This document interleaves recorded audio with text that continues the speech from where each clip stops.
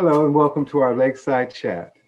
We are David Wofford and Katie Noonan, co-chairs of the Rotary Nature Center Friends.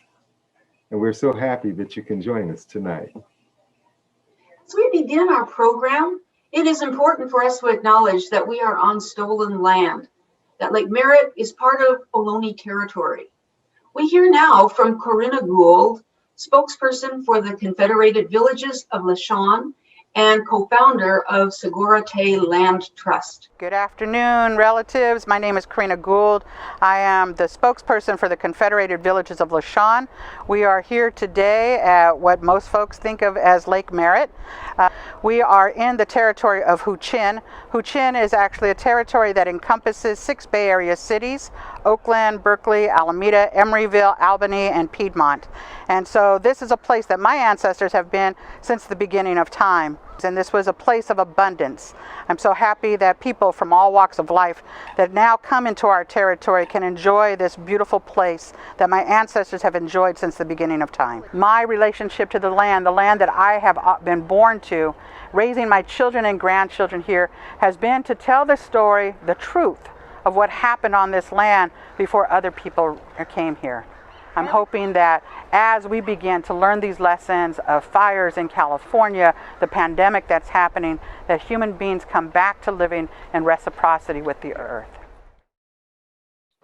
Thank you. That is a powerful message, and one that is relevant to what we're going to be talking about tonight, what's happening in the Bay and what's happening with the weather.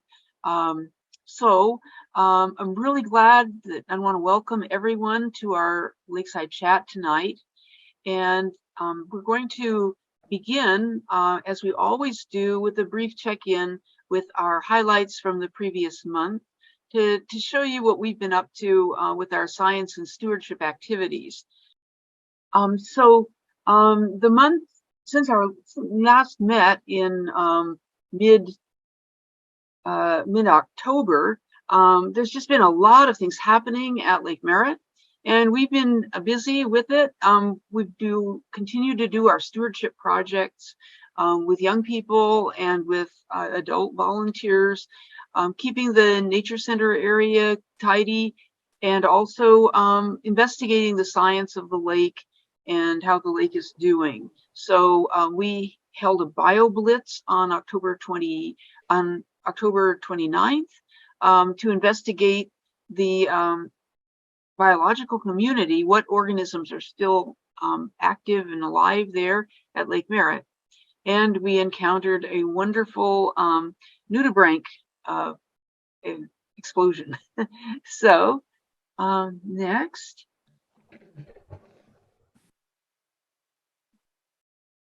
Yes. Okay, so Lake Merritt from the bottom up has been one of our activities that Rotary Nature Center Friends has done for a number of years. And this year, one of our activities has been to collect plankton for the citizen monitoring program of the California Department of Public Health. We have students collecting the plankton sample, then we send it in to scientists who analyze it and tell us what organisms they see in it. They're looking for organisms that might produce toxins that would affect human health, especially people who eat shellfish in the bay, and on the coast of California. So we're one of about 2 or 3 areas in the bay that does this citizen monitoring. So what did we find out? Oh, well, we also, okay, so we're going to jump around just a wee. Hopefully. Okay, yes, we will. No, we won't. Okay. Oh, yes, we will. It's right here. Yes, the plankton story. Okay, so we collected plankton throughout the summer before and after the big fish crash this was all at Lake Merritt. And it was kind of interesting. We did see the Heterosigma akashiwo organism in our samples in August. But after a few days into September, we saw a lot more diversity in the plankton, and a lot more of the larger zooplankton were showing up in our samples. So that was very cool and interesting to be able to document. We also were looking at fish and fish traps. And so the fish story was that fish have been observed in the lake since the fish kill. And here are the species that we saw. There are 6, actually now 7 species of fish that have been observed. So we can't be sure that we've seen everything, but we certainly are seeing a slow but definite comeback of some of the fish. Most of our sightings were in September for some of the fish, but again, we're starting to see in October some baby fish, and that's really encouraging. So I wanted to share with you some of the students' impressions of doing the fish trapping. Hi, David Wofford here, co-chair at Rotary Nature Center Friends, here with Chief Academy students, and today we've been checking our fish traps. We got 4 fish traps out here, checking to see how the fish in Lake Merritt are doing. So we found Pyromia tuberculata, a small crab. We named it Walter. And we also found another, it's a fish. It's not on this display, but it was a mudflat. And one thing I really found interesting about it was that even though a lot of people speculate that Lake Merritt became some sort of a dead area due to the massive die-off a while back, this display here shows that there is some residual life still present in Lake Merritt. Out of the 4 fish traps, we were able to just find 2, which was the crab and the small fish, and I thought they were pretty cool, as well as just getting the experience in like pulling out the traps. Well, thank you for your service, guys. It's really great to Okay, so in Lake Merritt, this is a graph that was shared with us by the scientists at the water boards, showing the amount of oxygen in the water at Lake Merritt. This is from a sonde that was placed at the Lake Merritt Boating Center dock, which is where we work with our kids.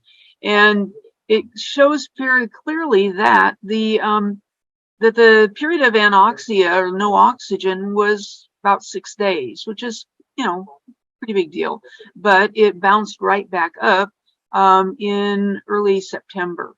And we have other student data collections from earlier in the year, going back to April, showing that oxygen levels generally are above the 5 parts per million level, which is a standard set by the EPA. So in our BioBlitz, we asked people to use the iNaturalist app to go out and collect photos of living things at Lake Merritt after the August 28th crash. And this shows a screenshot of the project on iNaturalist, which is really a beautiful thing to see all of the beautiful photos that people made of living things in Lake Merritt. We cannot say that they came back. Maybe they just stuck it out in a hole or whatever, we don't know. Or maybe they came in. We don't know a lot about this life that's there right now, but definitely living things are there. I removed all of the dead fish from the collection, and I counted them up and removed them, and we found 145 species of things. This includes seaweeds, it includes plankton, it includes everything, not fish, but just everything, showing a relatively complex set of community of life in Lake Merritt right now. So yes, there were survivors.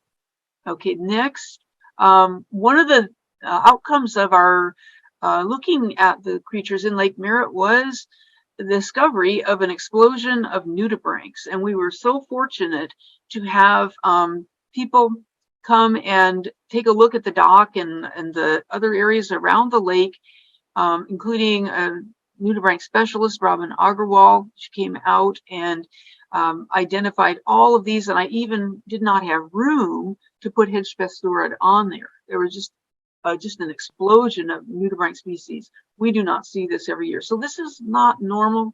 Really interesting to try to figure out what is going on in Lake Merritt. Finally, some thoughts about what order did the species return in.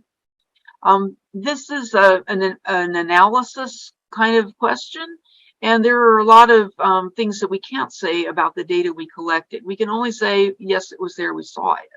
It doesn't mean if we didn't see it, it wasn't there. And then when people are out looking, there are some things that are a whole lot easier to see than others.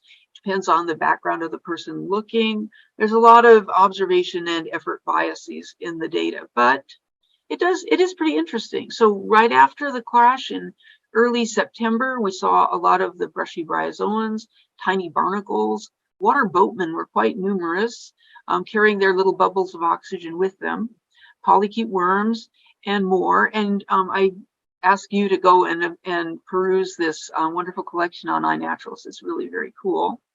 The first fish came in mid-September, and then a tiny baby fish in the next generation are just appearing. The beloved bat rays showed up in the middle of last month with a great observation just outside the tide gates, on the bay side of the tide gates there. And then people are out observing birds because they're so beautiful and they're easy to observe.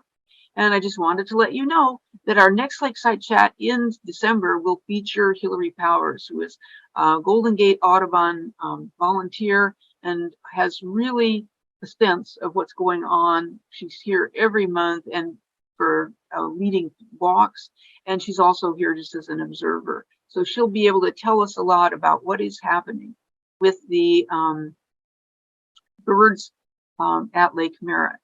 So at this point, I am going to stop sharing and introduce our speaker. So we're so honored today to have as our speaker Jim Ervin from UC Davis Fish Trawls, and from out of the Fish Ecology Lab. And he writes a monthly blog, which is very erudite and very entertaining at the same time, and has been really keeping tabs on what's been going on in August, September, and October relating to fish and the other organisms that are important in the community in San Francisco Bay. So Jim has been working with the fish trawls for about 10 years, helping to carry out research and also producing a blog to share on the UC Davis website. And we will put that in the chat momentarily so that you can check out his current and past blogs. Before he, or concurrent probably, but also he is retired now from working for the City of San Jose Environmental Services Department, and he was a laboratory analyst, industrial waste inspector, stormwater pollution prevention supervisor, and recently compliance manager for the San Jose Santa Clara Regional Wastewater Facility. So he has huge amount of experience understanding the flow of water into the bay and also the life that receives that water. So at this point, I would like to turn over the program to Jim if he's ready. Are you ready, Jim? Cool. We need you to unmute, okay? Okay, there we go. There you go. Thank you. All right, and I shall share screen. Here we go. So yeah, as Katie introduced, I'm Jim Ervin. I'm a volunteer researcher with the UC Davis OG Fish Lab, the otolith geochemistry fish laboratory. Otolith is a little ear bone, ear stone in each fish's ear. Every fish has two of them, and it's a specialty of that particular laboratory. The otolith is a really interesting little artifact. Let's see, its equivalent. I'm trying to think. In our ears, we have those three little bones. The ear stone is a little bit different in an aquatic animal, but it has like tree rings, and so you can, researchers and particularly UC Davis folks, they can take an old dead fish, they can find its ear stone, and they can read the ear stone like tree rings and figure out how old that fish is. And if it's less than a year old, they can figure out its date of hatch. If it's more than a year old, they can figure out how many years old it is, and they can figure out what waters it was reared in. So earstone is a very valuable little reference clue to a fish's life, in case anybody wanted to know why the lab was named that. But here I'm showing the research vessel that we go out in once a month. We go out for 2 days. We tow up and down the sloughs and creekways of Lower South San Francisco Bay, south of the Dumbarton Bridge. And we've been doing this. Dr. Jim Hobbs set this up in 2010, and we really kind of regularized it by 2014, where all the trawls are standardized and all the trawls are conducted at a number of stations in Lower South San Francisco Bay, again, south of the Dumbarton Bridge. About at least half, maybe 3/4 of the funding for this operation, which is on a shoestring budget because most of us are volunteers, is for examination of the longfin smelt, which has just been designated, or I think put on the list for endangered status. It's been kind of in a holding pattern for some time. The longfin smelt is a distant cousin of the delta smelt, which is already endangered in the California waters. Delta smelt used to be the most numerous fish in the delta, and it is now virtually extinct. There are more delta smelt living in tanks at UC Davis facilities than there are actually out in the environment today. The longfin smelt used to be the most numerous fish in San Francisco Bay, and it has been disappearing, crashing as time goes on. However, it has a really robust stronghold down in Lower South Bay, which is something that Dr. Jim Hobbs discovered several years ago, and it kind of fuels much of our operation. I like to say, it's not true, but I like to say that the northern anchovy is our number 2 fish. They come down to Lower South Bay to spawn in summer, and I know you see them in Lake Merritt as well. I don't know if you know whether or not they spawn in Lake Merritt. Does anybody, I don't know, Katie or anybody, has anybody ever seen a northern anchovy spawn in Lake Merritt? I'd be very curious if you do. Maybe at the question and answer, we can have a discussion about that. Anyway, here's showing the 20 stations, 10 stations upstream, 10 stations downstream. And we go out typically on a Saturday and a Sunday. It's on weekends because it's off-duty hours for those people that actually have a job. And again, we're really looking for fish populations, mostly juvenile, small fish, little larval-sized fish, not quite larval, but young fish, and native populations ideally, although there are an awful lot of non-native populations. And this is just to show the typical type of operation. We drag a net. It's called an otter trawl net. The otter trawl has nothing to do with the small furry animal called the otter. It just happens to be named an otter trawl rig, and drag it through the water at about 2 knots at a very slow speed, and it drags along the bottom. And Lower South Bay is so shallow that an otter trawl net actually pretty much samples the entire water column. In deeper water, sometimes you have to employ different types of nets if you want to get up closer to the surface. And then, the net is poured out typically into a black plastic tub. We always keep it with water. We want to keep our fish as low stressed as possible. We want the highest possible survival rate. It is not our job to kill the fish. It is our job to save the fish. and then we count them, measure them. We measure the first 30 of every batch that we get, and then throw them back in. And again, our mission is not really to catch the bigger fish. The bigger fish generally swim faster than the trawl net anyway. I don't know, there's kind of a debate on the boat. Even I say the big fish really aren't helpful for our operation, but boy, they are charismatic.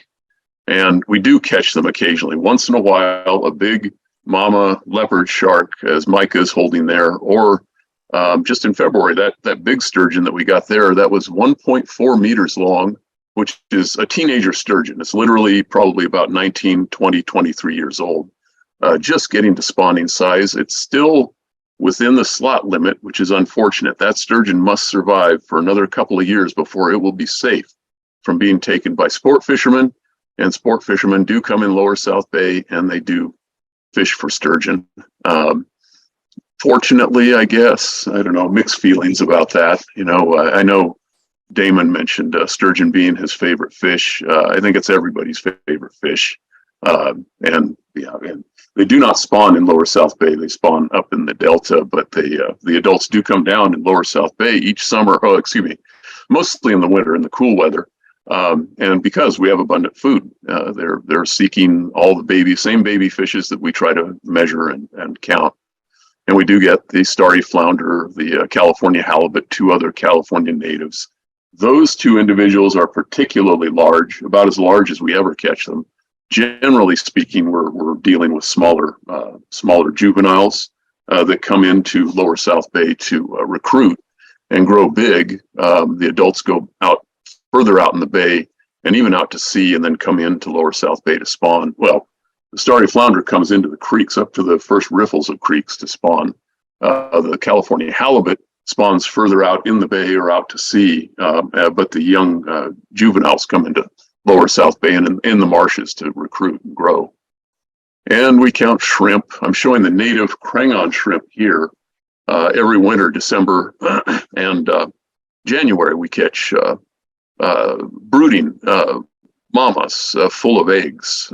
They come in, and they don't tolerate, as adults, they don't tolerate fresh water really well, but they try to get as close to creeks as possible to release their eggs and broods.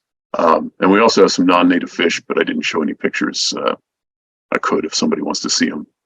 But the whole point is that we have a very robust, I call it a fishery. I've had fish people debate with me about that, but yeah, we honestly have spawning longfin smelt, spawning anchovies, spawning staghorn sculpin, just dozens of different types of fish, dozens of gobies that all spawn in our waters. We catch the babies for the yellowfin goby and such in the spring, the longfin smelt in the winter, the anchovies in the summer.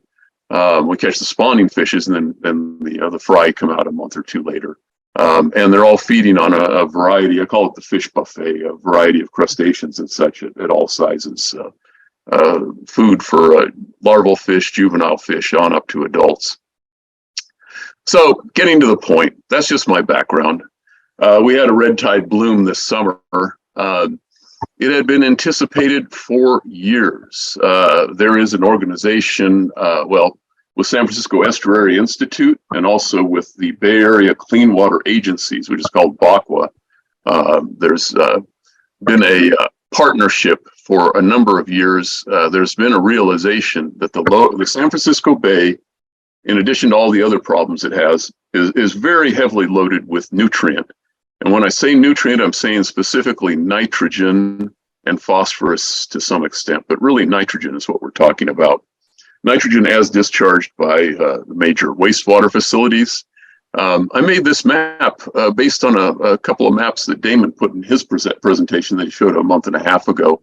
Until he showed that, I had not realized, I mean, I sort of knew it because I worked for BACWA. I was the chairman of BACWA for a couple of years of it, just before I retired. And I knew the discharges were up near what I call ground zero. Ground zero is where H. akashiwo struck. Apparently the first report we had was from some semi-anonymous internet guy called LAS Photos, and I don't even know if anybody's ever identified exactly who that person is, but I would really like to talk to him. And I understand that Damon has tried to get in touch with him. But he put out in a YouTube video, and in fact, if you go on YouTube and you just search Heterosigma, Akashiwo, San Francisco Bay, his video's in the top 2 or 3 hits you'll get. Very interesting. He's another one of these volunteer, just kind of likes doing it kind of guys, has his own microscope.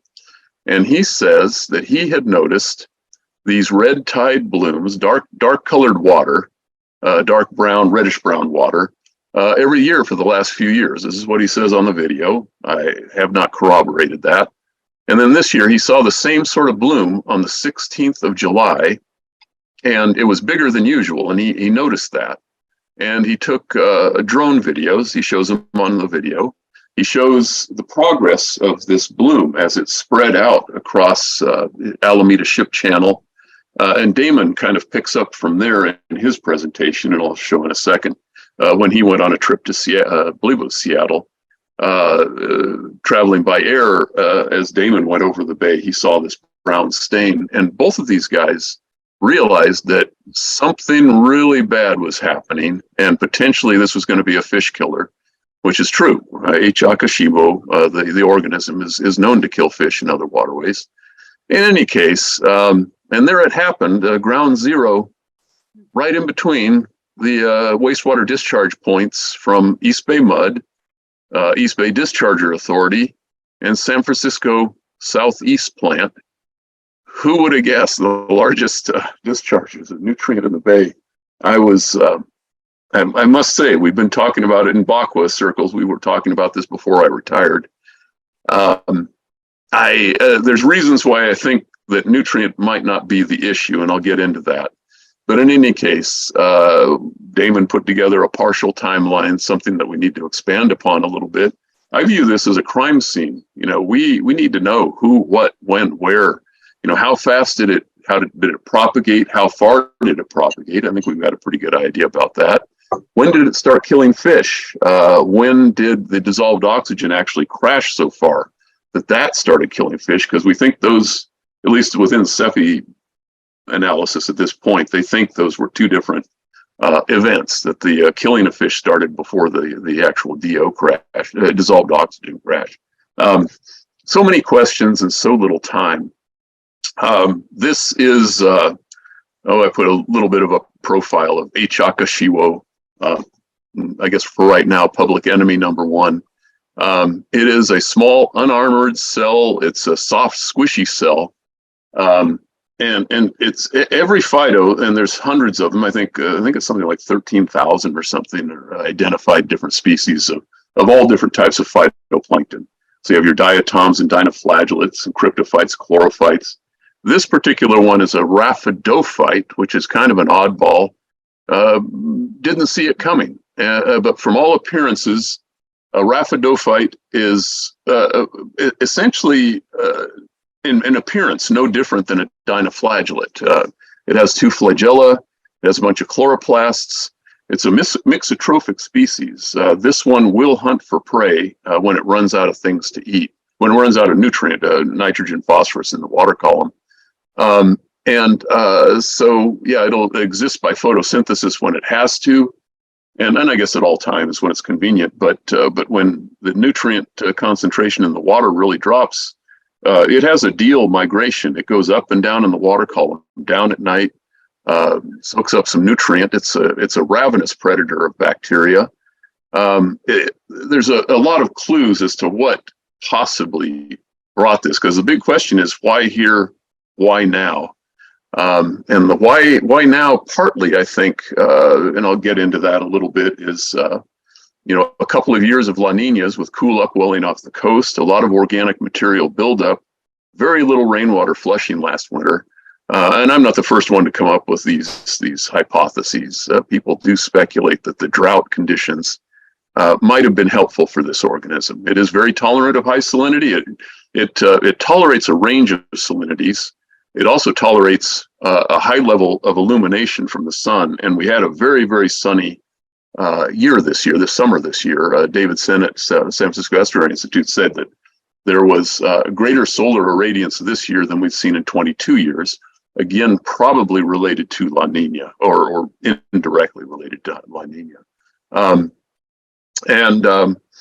Yeah, in other research that I've read, H. akashiwo and other dinoflagellates, it's a very typical pattern that you'll have a big diatom bloom in the spring as the sunlight increases. But the diatoms, every one of these different types of phytoplankton are sort of like one-trick ponies. The diatom will bloom very fast, very big. It'll cover the surface. It'll shade out all the competitors, but it'll draw down nutrient, nitrogen and phosphorus. And when the nutrient is finally drawn down, the diatoms start sinking and dying, and then into the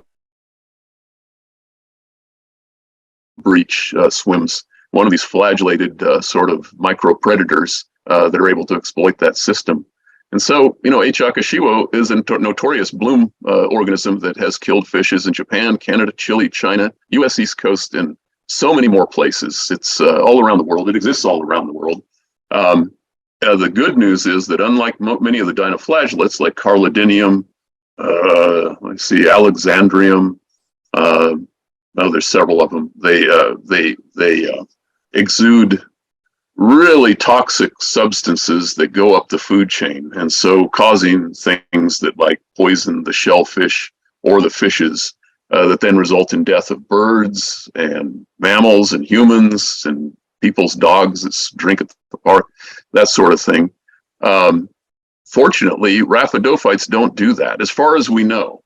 Researchers still have big questions about this, but as far as we know, the killing mechanism of H. akashiwo is what they call reactive oxygen species, such as hydrogen peroxide, and therefore the toxin essentially disappears almost as fast as it kills.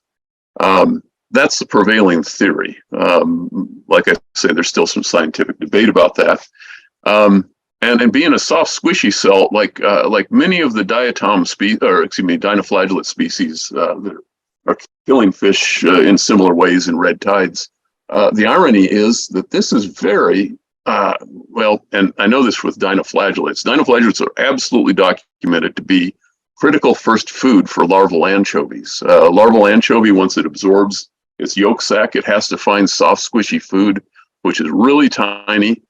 Diatoms are too crunchy. They got a hard silica shell, and so anchovies and presumably longfin smelt and herring and just about every other kind of larval fish absolutely love this kind of cell. It's got no cell wall. It's just a membrane. H. akashiwo is a little bit on the small side. Dinoflagellates are more ideal size. But, I don't hate on this organism. I think in controlled amounts it's probably a good thing, but that's just me. So when Damon reported, and this was from his presentation just a month ago, and he had first seen the big stains when he was on his road trip by plane. And then when he came back to San Francisco Bay, he went to San Leandro Marina and saw the brown water and looked at the organism under the microscope, and yep, it was H. akashiwo. And then about a month later, when he was thinking about other things, the fish started dying in Lake Merritt, and then it was kind of an emergency, and Oakland had to put out crews to clean up the dead fishes. We lost a lot of fish, and probably the biggest tragedy, depending on how you feel about things, but it's there were 400 to 600 sturgeon that we know of that died in the Bay Delta system, mostly closer to the bay, not too far up in the Delta, but apparently a consequence of this bloom happening. And for a big long-lived fish, I'm not as worried about. Well, I am worried about anchovies, but they're at least we figure they can probably recover faster. Striped bass, in my opinion, is a non-native fish that's a predator of everything else anyway. I don't see a great loss there, but when you lose an important native, a long-lived one that can't recover quickly, that is a tragedy. And these are some other of the dead fishes that Damon took pictures of in Lake Merritt. And Damon showed this interesting slide, which showed the progress of what they think might have been the red tide bloom. In actuality, this chart is showing chlorophyll, which is just not necessarily an accurate surrogate for H. akashiwo. It just tells us that there was a lot of organism blooming. I think when you look at 8.3, 8.7, 8.14, 8.19, that's probably an accurate picture of mostly H. akashiwo. I strongly suspect that other organisms started taking over after that point, but certainly can't verify that. And not all of the red splotches that you see on the screen are bad, and I know that for a fact because we were sampling throughout this period down in lower South Bay in the lower corner, and we did not see a red tide, as I'll get into. In fact, we trawled in early August. Can't remember the date, 3rd and 4th or 5th of August. Yeah, maybe a little later, and didn't see anything. We were blissfully unaware that there was a red tide brewing up north at the time that we trawled. It was only afterwards when I heard reports about this that I put out, and I meant this with a little bit of humor. But I had photographs to verify every single one of these observations. At every station we were at, I'm taking pictures of fish, usually in my hand, and there's usually green water in the background. I believe it or not, folks, even before there was a red tide, I've always been very cognizant of the color of the water, and I've always been dreaming of the day when I'll be able to identify the species just by the color of the water. I know it's not possible, but it's just a distant dream. In any case, I put this out in the blog and really specifically to let other people in the world that are interested in this know that we did not see a redness. We saw greenness everywhere we went down in lower South Bay during that period. And in fact, before this bloom happened, I think it was June and July, we had our record year for anchovy. And that became a big deal real quickly. And I made this slide before the bloom ever happened. We were having a record year. We had a record year for longfin smelt, anchovies, and for leopard sharks, bat rays, gobies, and even bay pipefish. Never seen more of them. I mean, some of those numbers, given the variability and such, you say, well, it's a little bit more. But some of them were blowouts. The longfin smelt and anchovy, we were having a blowout. We have a blowout year right now, and it hasn't stopped yet. And I was speculating that, this is La Nina coupled with the drought a little. Now, the drought's not helpful, but when you're talking about leopard sharks and bat rays, it increases salinity in the bay. And so you get some more leopard sharks and bat rays. Unfortunately, we're having a very bad year for crangon because crangon absolutely depend on the rainwater for recruitment. But yeah, I was wondering if it was because of the marsh restoration from a decade ago or La Nina or what's going on. We're having a great year. And this is just going into the record anchovy year. Anchovy is my favorite fish. They spawn in our waterways and people knew that. We've known it for a long time. Anchovies spawn in the bay, but they never knew exactly where. And we found the spawning ground. About 2 years ago, finally realized the light went on. All these anchovies are coming every summer. It's because they spawn here. They go as far up in the creeks as they possibly can. This is showing a typical distribution. This was my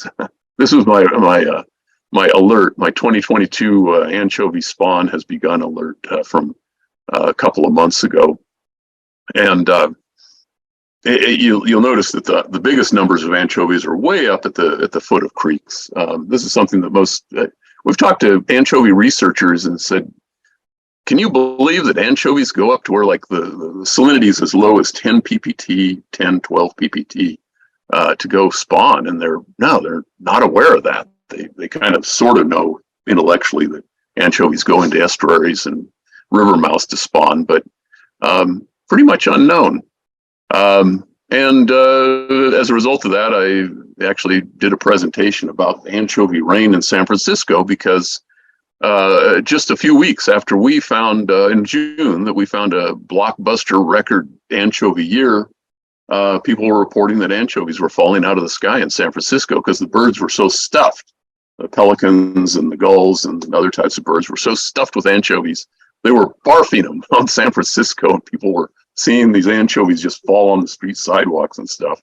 And a number of other events rapidly happened. We had gray whales up at Pacifica Pier. We're hunting for anchovies. We had just thousands and thousands of seabirds. It was Jeff Davis at San Francisco Estuary Institute, Jay Davis, excuse me. He just happened to be out on a weekend and saw 100,000 sooty shearwaters, type of a piscivorous bird in Half Moon Bay, and numerous observations of this kind of thing, and millions of anchovies for their own anchovy reasons swam into Balloonist Lagoon and got stuck there. Not unlike the experience you had in Lake Merritt, except this wasn't a red tide. It was just the natural, the circulation in a very restricted lagoon, and there were just too damn many fish went in there, and they sucked down the oxygen, and they suffocated in there. Anyway, all of these things, I called it the disturbance in the force. I was excited enough about it. I did a couple of day trips out to Pacifica Pier to look at the anchovies people were catching. I wanted to see if I could find any clues. And this is showing the trend since 2012, where we've been catching anchovies in our trawls, very standardized trawls, 10-minute trawls at 20 stations around Lower South Bay. I just added them up and show it as a trend. But yeah, the last 2 years have been the best we've ever seen. And this year is absolutely the best we've ever seen. What the devil is going on? The record leopard shark year, back a couple of months ago, in May, we caught 50 leopard sharks in a single weekend. They were all babies, little guys, 6, 8, 10 inches long. Mama leopard sharks swim into Lower South Bay and give birth. And this is one where this is a bigger fish, and the numbers are not huge. 50 in a weekend. We'll catch 1,000, couple thousand anchovies in a weekend. But nonetheless, it's the most we'd ever seen in a single weekend. And this year, we're way over the top for the number of leopard sharks we've caught during the year. Again, they're coming in for the food. The mamas deliver their babies. They're live bearing, so they deliver their babies live. And because it's a safe place where the bigger predators can't get them, but it's also a food-rich place where they can grow and recruit. Bat rays do exactly the same thing. Big mama bat rays come into Lower South Bay in the summer and drop off their broods. They can, I always mix them up, one of the two. I know bat rays, leopard sharks, I think it's a brood of 10, and bat rays are 35 or so in a single litter. I might have mixed the two up, but in any case, there's a lot of baby rays and sharks in Lower South Bay, and this is showing a sonar view where we were coming out of Pond A21, and there were all these blips on the sonar screen. We pulled up the net, and it was 27 baby bat rays on that particular occasion. Oops, excuse me. And we passed it was our 139th bat ray in the year 2200. Couple months ago, and that was our record catch. August 2022 was when we tipped the tipping point where we went over our record year. And so I put that was in the blog post. I put a little celebration for all the bat rays. About that same time, we caught our smallest baby girl bat ray that we had ever seen, a wingspan of just 100 millimeters. And I mean, vast majority of the bat rays and the leopard sharks that we catch in summer are babies, but this just happened to be the tiniest one. So we know when we caught her, she didn't come out of mama, but maybe less than a few hours before we caught her. Within a week, she'd be bigger than that. Now longfin smelt is strictly a winter species, so we're not seeing those through the summer. But already our catch in 2022, January through March, is a record. It's a record year. I am very hopeful. Well, I'm kind of anxious and anticipatory. I go out tomorrow with the UC Davis crew. We are now in the season. We should start seeing the return of our spawning longfins. Quite a bit hinges on this. I'm really worried about what the red tide might have done. There's a lot of question about whether this is the increases we've seen in longfin smelt are permanent or is it just a fluke. And so we're waiting to see what happens. This is showing some longfins. These are spawning longfins. They get kind of gray when the males are full of milt and the females are ready to pop out eggs. The males turn very gray, and there's a lot to explain there. But why is it happening? Why here? Why now?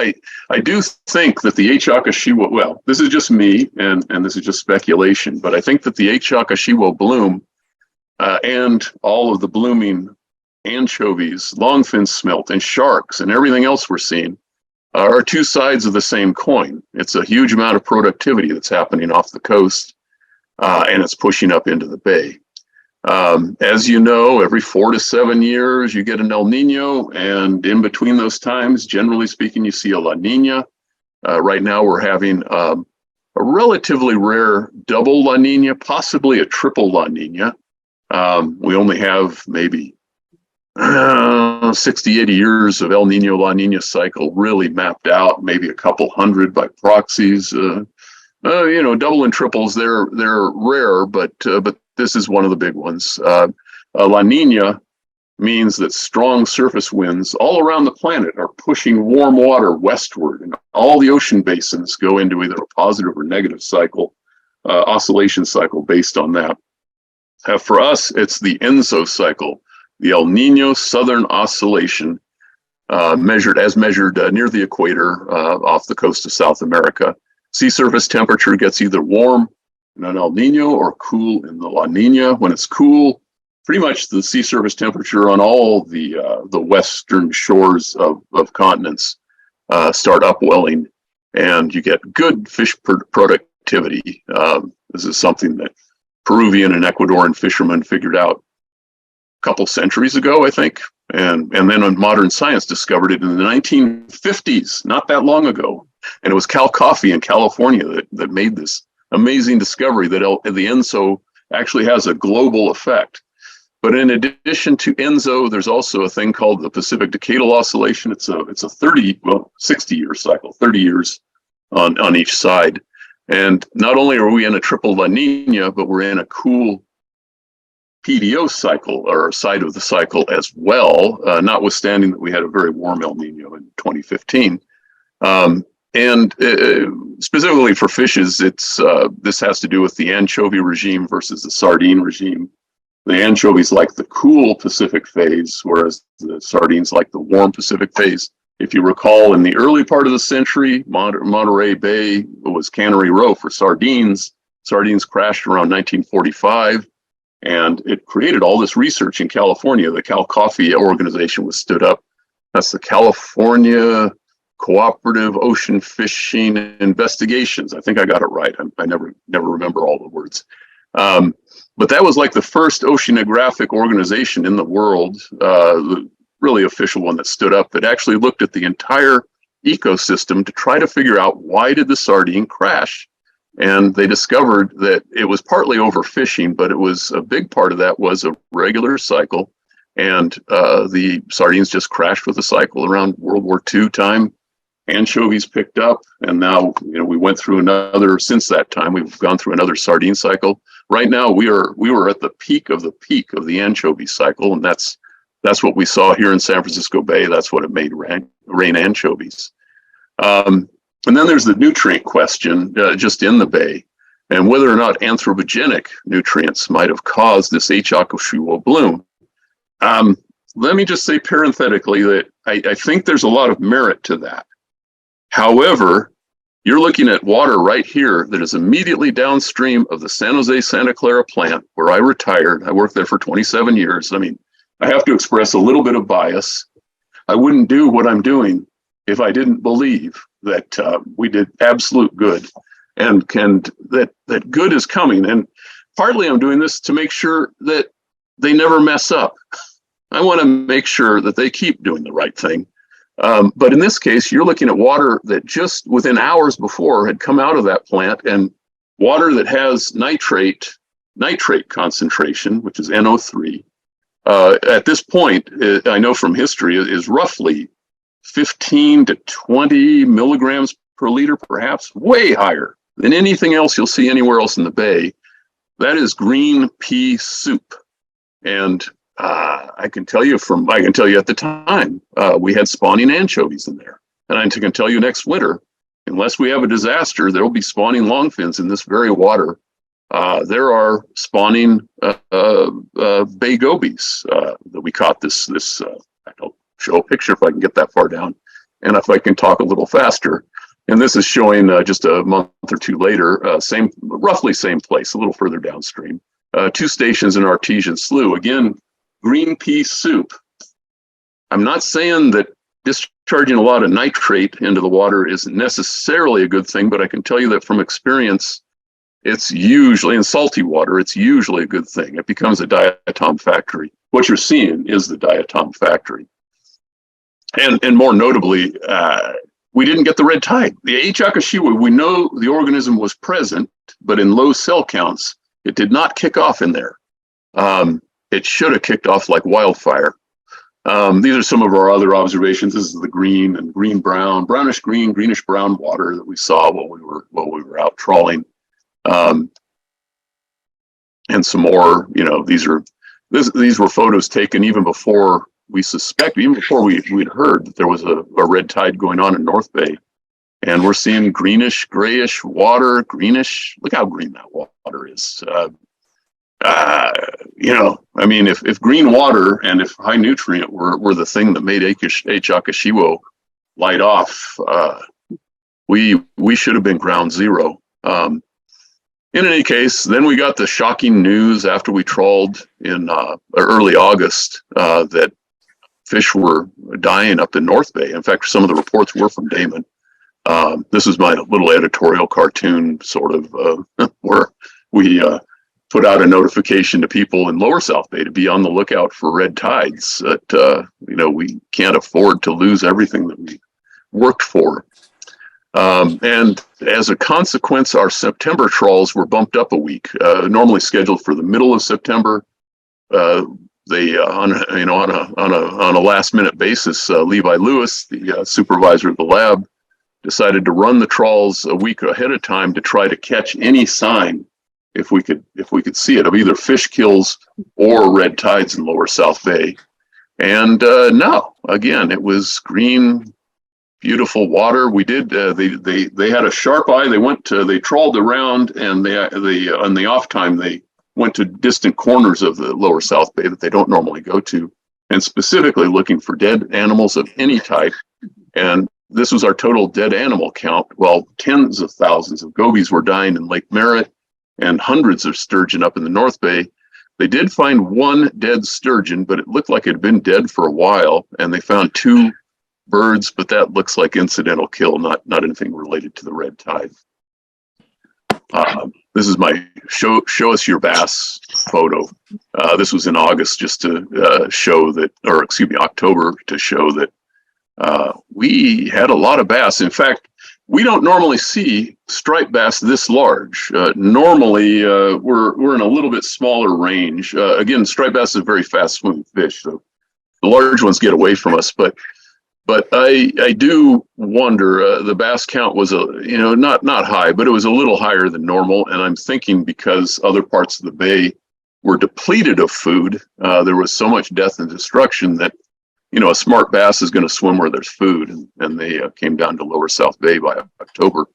And the local anglers were catching bass as well. I mean, just incidentally driving around and doing our trawls in October, I could see that there were fishermen out, and more leopard sharks. Not a lot of them, just 4 in October, but these are the same, probably some of the same babies that we're catching at 6-8 inches early in the summer. And they're now growing bigger. They do grow pretty fast. So if nutrient didn't cause H. akashiwo, what controls it? Because clearly, or maybe nutrient does cause it, but something controls it. One thing I found in literature. Oh, excuse me. Oh, go ahead. So we're going to have a short break. Are you able to stay after 8 for? Yes. Yeah, certainly. Let's continue for about as well, so you can get into your topic you just introduced, and then we're going to have like a 5-minute ending, and then we'll open back up again with your talk continuing, if you're okay with that. Yes, yeah, I'll talk fast through this part. No, Okay. okay.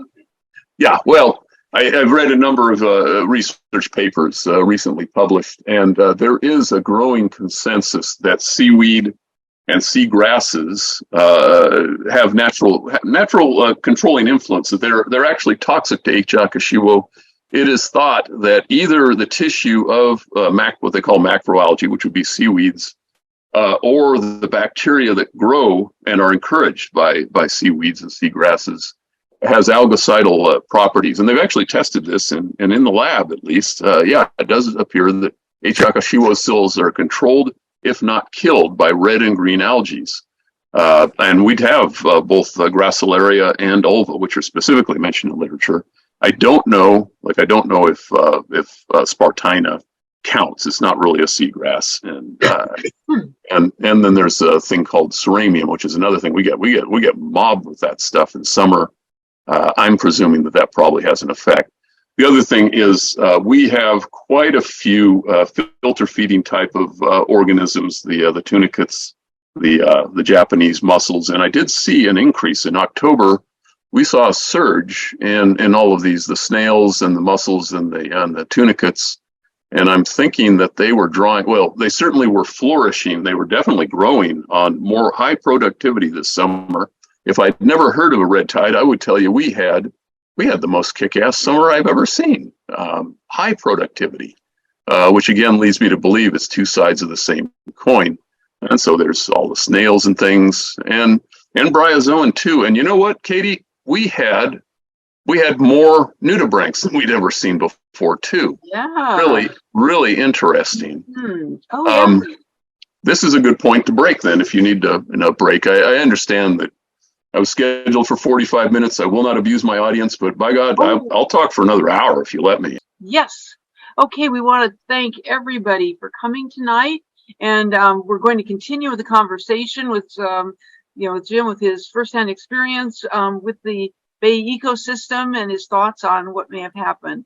We're hoping we'll see all of you in December for a Hillary Powers talk about the winter birds of Lake Merritt. We want to especially to thank Jim, to Damon, of course, Adrian Cotter, who's out looking at fish and nudibranchs and everything, iNaturalist observers far and wide who came to document the life of Lake Merritt, our Achieve High School volunteers, and the Lake Merritt Voting Center, and the City of Oakland. So coming up in November on the 19th, we have our monthly Adopt a Spot Workday, where we will be beautifying the grounds around the Nature Center and the demonstration marsh that we help to maintain on the shore of Lake Merritt.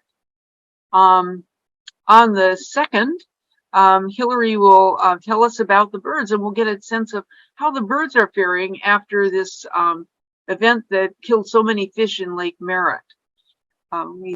So this will be very helpful and useful. I'd like to take a moment to make a request or appeal to people. If you like what we do, please consider us in your end of year giving. We are a 501c3, and we use funds that we receive for providing services, equipment, and for the students that come out every week. We also do a lot of signage around the lake, around the bird yard, so that people can understand what they're seeing. So you can go to our website, and we do have a donation button. We're hoping to expand our work in the coming year with more restoration of the marsh, and it would really be helpful to have some funds for that.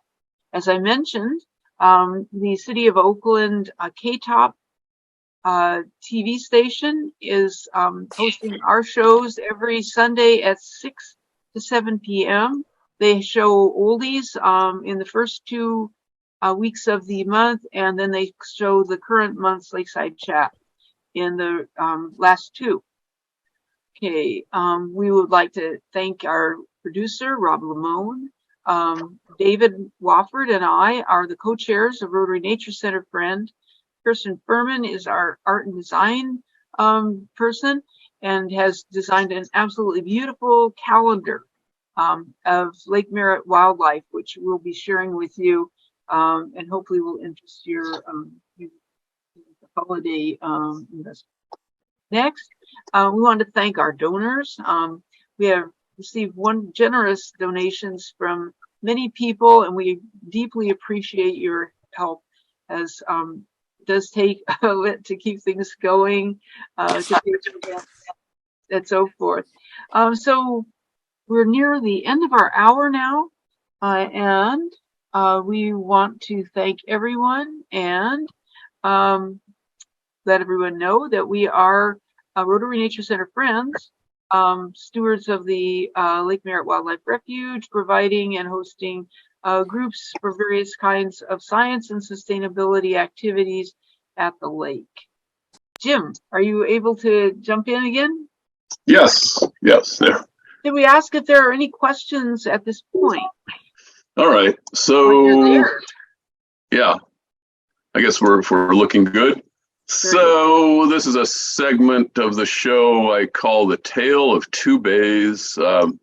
Much of it's a presentation I did several years ago, but the facts have not changed, and it's relevant, and I have updated it. But between North Bay and South Bay, well, I could have gone into a long discussion about how impaired the bay is and what it used to be like. All the agencies used to discharge raw sewage to the bay until the 1950s and such. Other than, I think Palo Alto was like the first wastewater treatment plant that was actually installed in San Francisco Bay, one of the first, and that was in the 1930s. But the plant, San Jose plant where I worked, 1956 was the first year of operation. Everybody discharged raw sewage into the bay, so I know it was horrible. I know, as everybody knows, and the habitat destruction with the salt ponds and such was just enormous.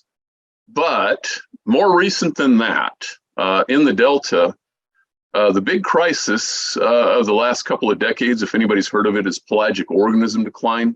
And that was where four very popular fish species, the Delta smelt, the longfin smelt, the American shad, which is non-native but still a popular fish, and the striped bass, which is a very popular game fish, all went into decline after year 2000.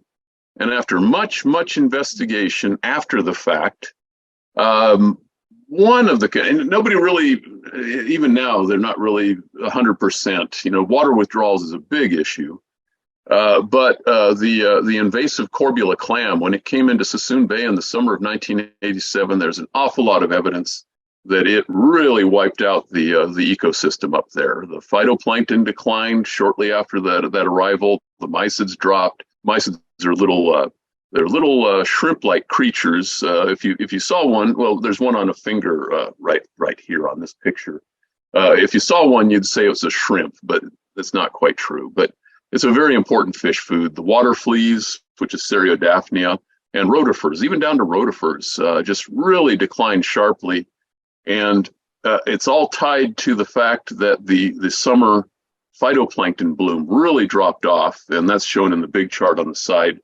Now, I didn't make these charts. Unfortunately, I don't think the color scheme is really intuitive, but basically green was a long time ago. Blue was in the mid 80s to mid 90s, and red was a long time ago. That was the 1970s. So that big hump of redness that you see in that chart, it just disappeared. The phyto, which is the primary, and again, we're talking about H. akashiwo and a red tide bloom. Phytos are generally good. Phytoplankton, I think, is the people that are aware of this. I know Katie's well aware of this, and Damon and such. They're the base of the food chain. If you don't have a good phyto bloom, you're not going to have a good ecosystem. And to have a good phyto bloom, you have to have a good microbiome. The interesting thing is if you look into videos and presentations by people who maintain coral reef aquariums, every lesson you need to know about how to control out of control dinoflagellates, for example, they go through it. And in any case, this is more about the big ecosystem crash caused by the corbula clam.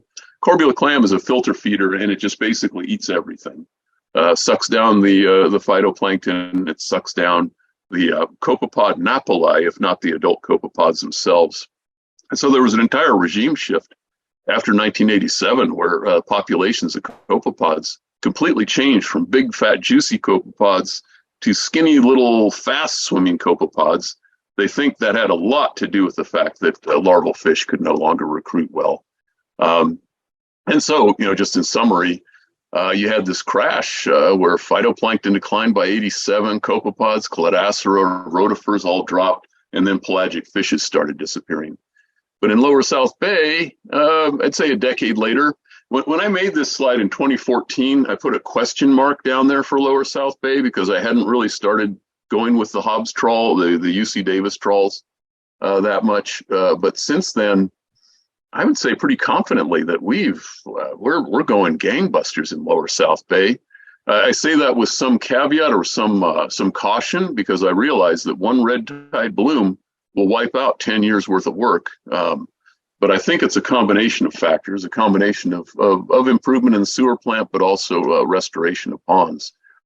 This is showing again from a Cephei publication from several years ago.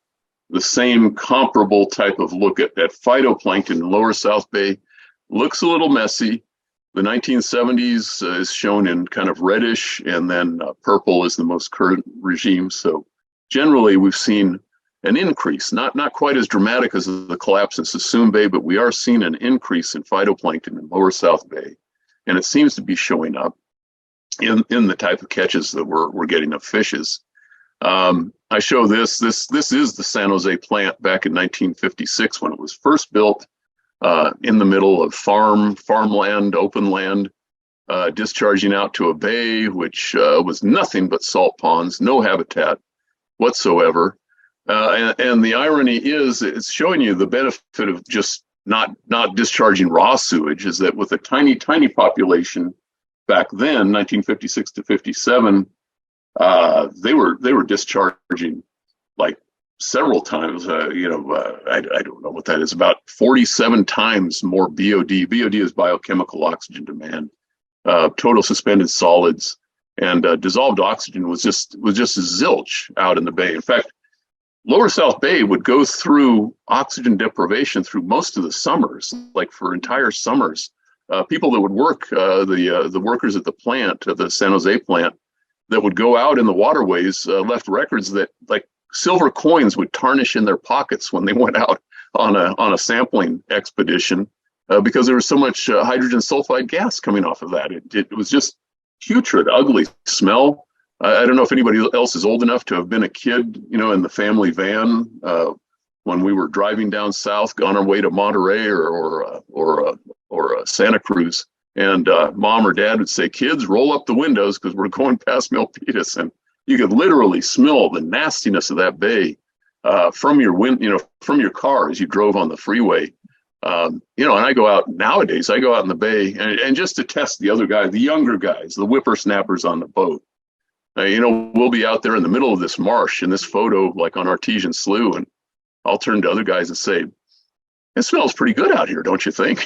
And they'll go, "Yeah, it smells fresh. It smells like a marsh, but it smells natural and fresh." And anyway, that's the improvement. This is a San Jose plant a few years ago. I can actually tell you from the fact that the Duck's Head marsh over here is not yet circulating water, that it was before 2011, probably 2010, probably 2009, because the island ponds had been breached and they don't have the new bird islands on Pond A16.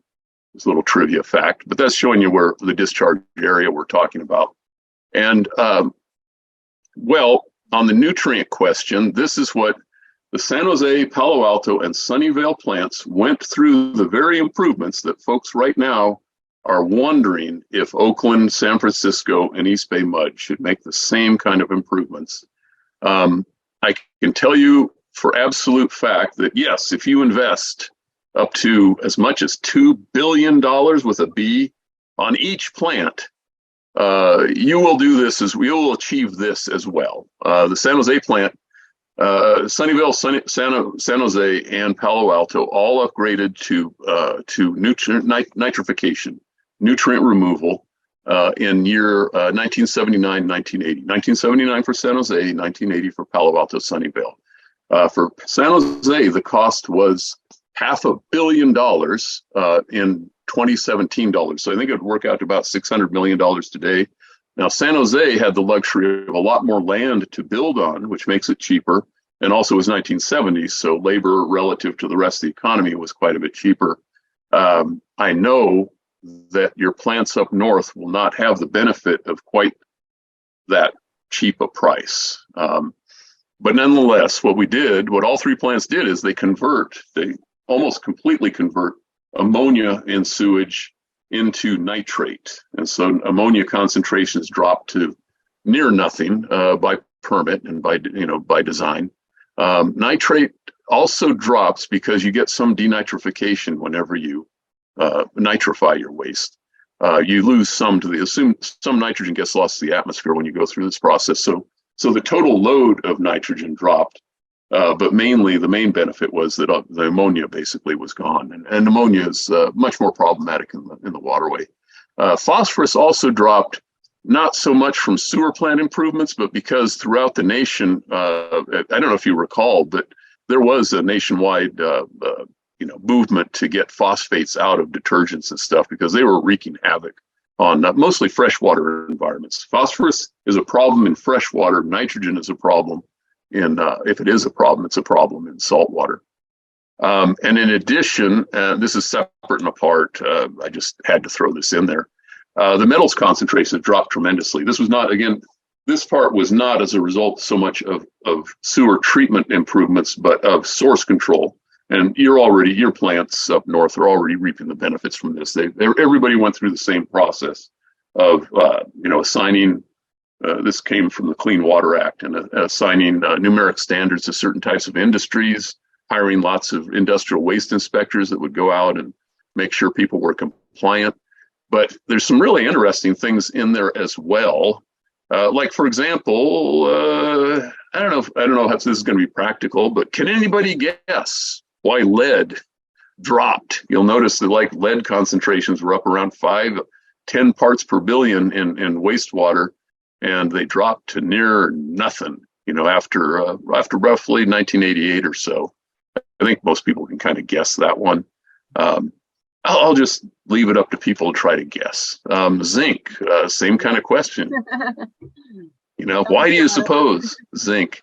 And then copper, I will say that with copper, there was actually a 9-county ban around the Bay Area. They banned copper sulfate as a root killer because it was recognized that copper sulfate was really doing a number on the local environment.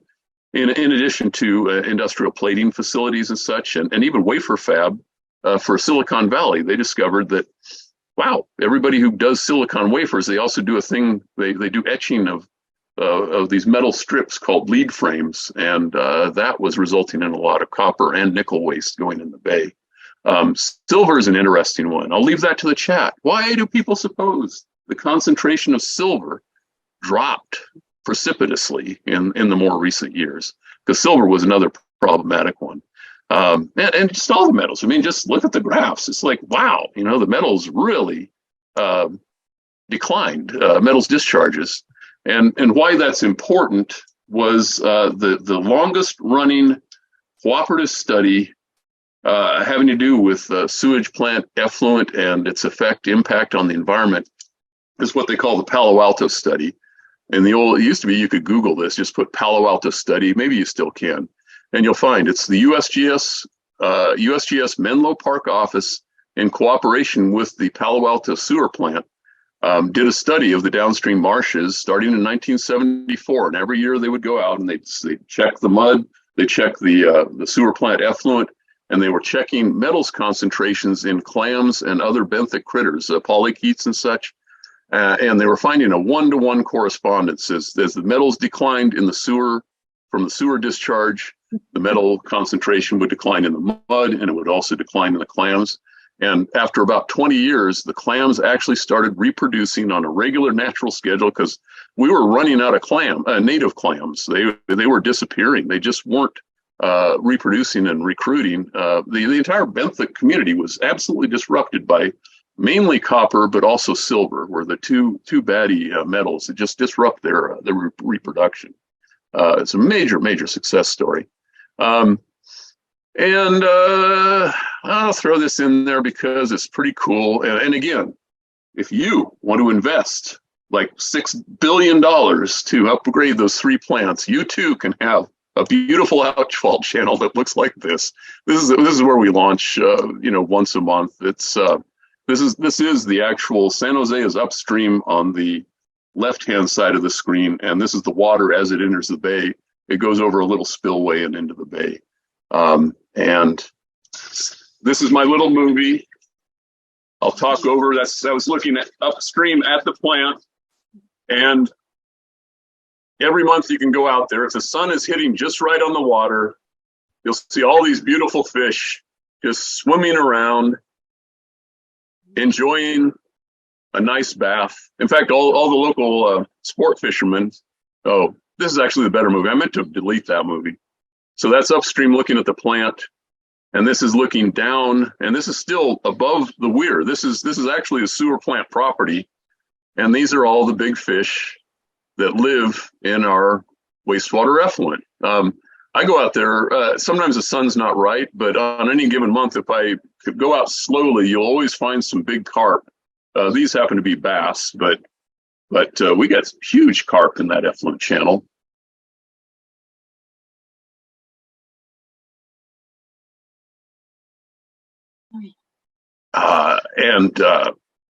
It's just showing. And we had a guy who was a hobbyist. He was a fly fisherman, and he would go out. He worked for our plant, and I would go out with him once in a while he was. And I did this as a PR stunt, really, but it is literally true. We went out there on a lunch hour, and I watched him catch 39 bass in an hour. Just casting, taking them off the hook, throwing them back in, and I'm pretty sure they weren't the same bass. I know they weren't the same bass every time because they were both striped bass and big mouth bass that he was catching on that particular time. I think that was 2017.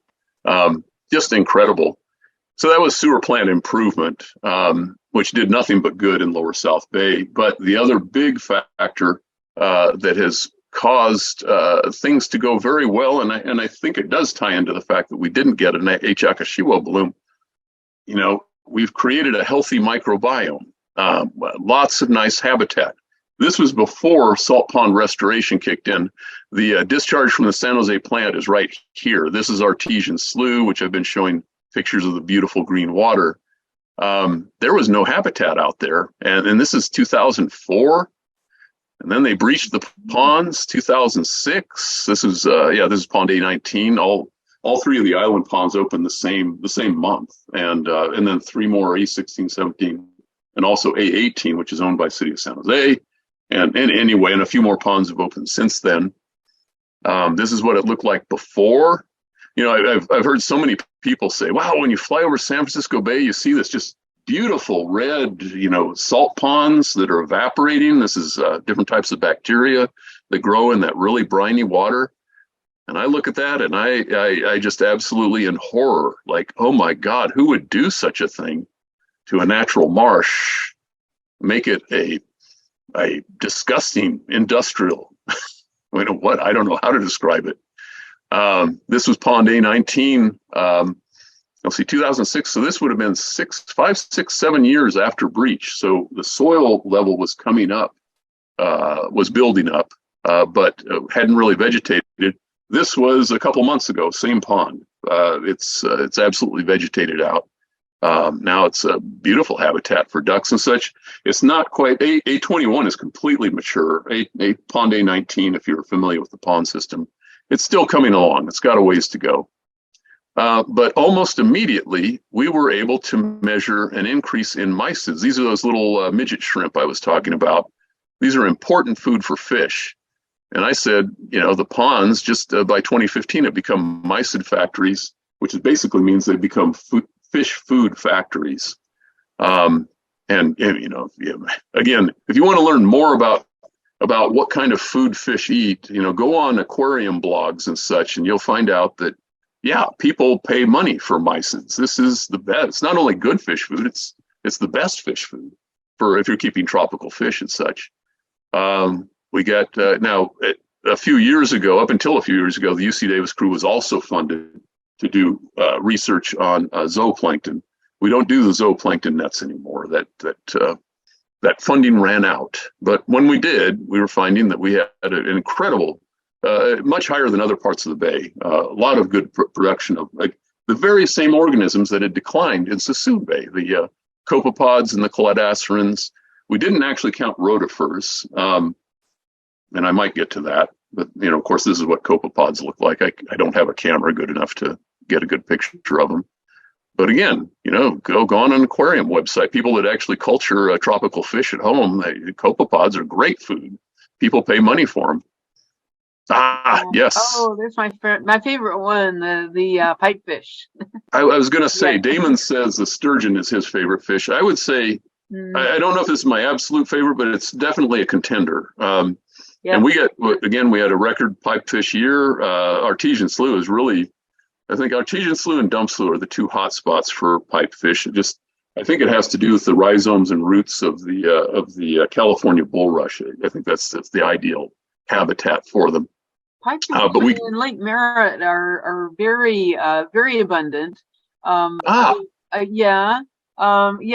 every year the city has it contracts a algae harvester to go and remove the algae from the fringes of the lake. And I always talk to the guy who runs that, and he brings the stuff out right at the boating center where I hang out, and lets us go through all of the algae and whatever and see what we can find. And they pull out the pipefish and throw them back into the lake, but they lose they lose a fair number from that, but that's never been a problem. We haven't seen any pipefish yet in our thing. So that is the seahorse, yes, Peggy, because it is a kind of seahorse, and it has the males have become pregnant, and they carry the babies and give birth to the babies. So it was just this year. Just this year, I learned how to differentiate a male from a female. The female always has like a little white spot. It's essentially an ovipositor, and she deposits the eggs. The male fertilizes and incubates internally, and when he's ready to let loose, he splits down the middle, and the babies come wriggling out. And yes, again, from aquarium. So in other words, the pipefish for me is a surrogate that tells me that we've got a healthy rotifer crop, because the little baby pipefish with teeny tiny mouths have to be eating either rotifers or copepod napoli. So you've got some good things happening in Lake Merritt if you've got the pipefish. And this is just the science behind it, kind of, sort of. Don't know how deep to go into it, but you know, it's all about cycling, and it's all about a thing called the microbial loop. Your microbiome. If your microbiome's healthy, you'll have a healthy fishery. If your microbiome is messed up, you get H. akashiwo and other bad things happen because it's out of control. And that's about all I was going to say. It's a relatively, one thing that's shocking in the microbiology world is that the science is so new and changing all the time. Everything that I learned when I was in college, and I'm not a microbiologist by training, but everything that was available, like this whole thing about the microbial food web, that came out in 1974 and was refined in 1983. Azam and Pomeroy, fascinating concept. And the one big thing about it is that for food, and you'll see it over and over again in literature, for carbon to cycle out of the microbial loop, the copepod is a real crucial character in that. Copepods exist in all the world's oceans and most of the world's fresh waters. And they say that if you took all the weight of all the copepods in the world on one side of the scale and put all the weight of all the other animals, everything, fish and birds and people and cows and pigs, that copepods easily outweigh, maybe by a couple of times, the weight of everything else. And everything else depends on the copepod. In the marine system, everything depends on the copepod to consume from the top of the microbial loop, and some of the dinoflagellates and things too. I mean, they bring that carbon up from bacteria and such. So I'll say, I can go much further, but I will say this, that in your $10 billion question, whether you improve your sewer plants, I was the one who made these original bubble charts for Bakwa. They're still in use. I mean, they've been modified, and this is old data, but these were showing the total nitrogen loads by plant. So there's your East Bay mud, your East Bay discharger, San Francisco Southeast, and they're color coded so that the purples are the ones that discharge ammonia, and the blues are the ones that actually nitrify. And nitrification not only reduces the total nitrogen load in proportion to your population, but it also it makes ammonia virtually disappear. You'll notice that, like, I'll flip back and forth. You can see that the nitrifying plants have practically no ammonia, but the flip side is they discharge nitrate, whereas there's not that much nitrate coming out of the big ammonia dischargers. And it is a key question. It's a question that I would ask constantly while I was still working. I ask it even today. Is nitrate better than ammonia in the natural water system, in the waterways, in the receiving water? I say yes. I mean, yeah, it's true. You can say with certainty that yes, it's true, because ammonia is actually toxic to fish at lower concentration, whereas nitrate is not. But it's all nitrogen. But nitrate carries with it oxygen. There's 3 oxygens tied up with every molecule. Nitrate is actually transferring energy out to the ecosystem. But the downside is that you have to expend energy to nitrify. To nitrify means that you've got to have more tanks, more of these bubbling secondary tanks set up. You have to increase your retention time. You have to have a kind of a variable schedule of adding oxygen, because your microbes that nitrify will not nitrify if there's a lot of oxygen present. I'll talk about that in a minute if people have time and patience. This gets into the nitrogen cycle, so you got to be all right. Jim, you're on for that. You can continue to talk. Do we have some questions in the chat that we can send to you before? Some people may have to leave at 8:30 or a little after 8:30. So if you have a question, I recommend that. Yes. Put it in chat, and by all means, you do go on, because will I see questions in chat? Because I'll be happy to answer, but I don't know how to see. Oh, I see. Oh, wait. If people raise their hand, you could. I'm just How many aerator bubbler things should Lake Merritt have? As many as you can get. Bubbling air is always a good thing. Yeah, and I was shocked that Lake Merritt did not have bubblers running this summer. That's a recipe for disaster. People who have fountains and water, like even in Las Vegas, they do bubblers and stuff. When you have a koi pond, you always have something bubbling, because I understand Lake Merritt is a much bigger system. It's not tiny and constrained like maybe a koi pond. But there is some flow and such. But in the summertime, these it's very common that you'll get a daytime super saturation of oxygen from all the phytoplankton in a shallow pond. Yes. Yeah. But as night happens, things die and photosynthesis stops. And it's very, very common to lose your fish. Fish start going belly up about 2 a.m. in the morning. Between 2 a.m. and dawn, that's when the fish are going to die. And I'm rather surprised that Lake Merritt did not have a bunch of fish farms. Fish farms have aerators. We do have aeration fountains, and there was one that was slightly it was offline for a short while, unfortunately, right around that time. But I don't know if it would have been able to really save the day after the complete loss of oxygen at the top of the water column as well as the bottom. That was really an extreme and unprecedented event. Also, at Lake Merritt, we do have tidal flow, and all the while during the event, the tide gates were open. with one short exception for doing maintenance that they had. It was closed, but the tides were going in and out, and that causes currents and whatever. So that is an advantage. There is discussion though about possibly routing the stormwater away from the lake as a way of possibly reducing nutrient load. Do you have any? Yeah. I know that San Francisco treats their stormwater. Do you think that's a good approach to? No. Stormwater, you really don't want to mix sewage and stormwater because what happens is you don't have a consistent wastewater, because we're relying on microbes to do practically 99% of the work. And Yes. microbes don't like that variability. You try to culture a good nitrifying and oxidizing bacteria population, and then winter comes and bang, you hit it with all this diluting water that just flushes out, the process, changes the environment, and it takes you months to reculture that bacteria back to where you want it. This is a funny story, which I contribute, is that we used to go to that was our first field trip, was to go to the wastewater treatment plant when I was teaching high school.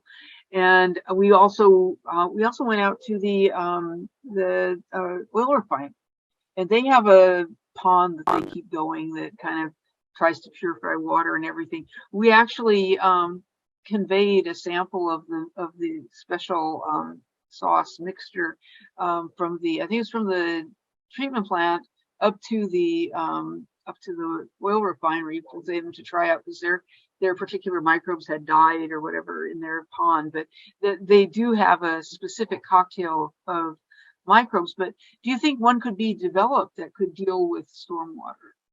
Characterize it in any way? Well, and you don't really need. I mean, ideally, stormwater shouldn't have. It won't have sewage in it, but I don't know about that. Yeah, I know. No, and that's a problem. That is a problem. And pet waste. Yeah. Oh, thanks. Yeah.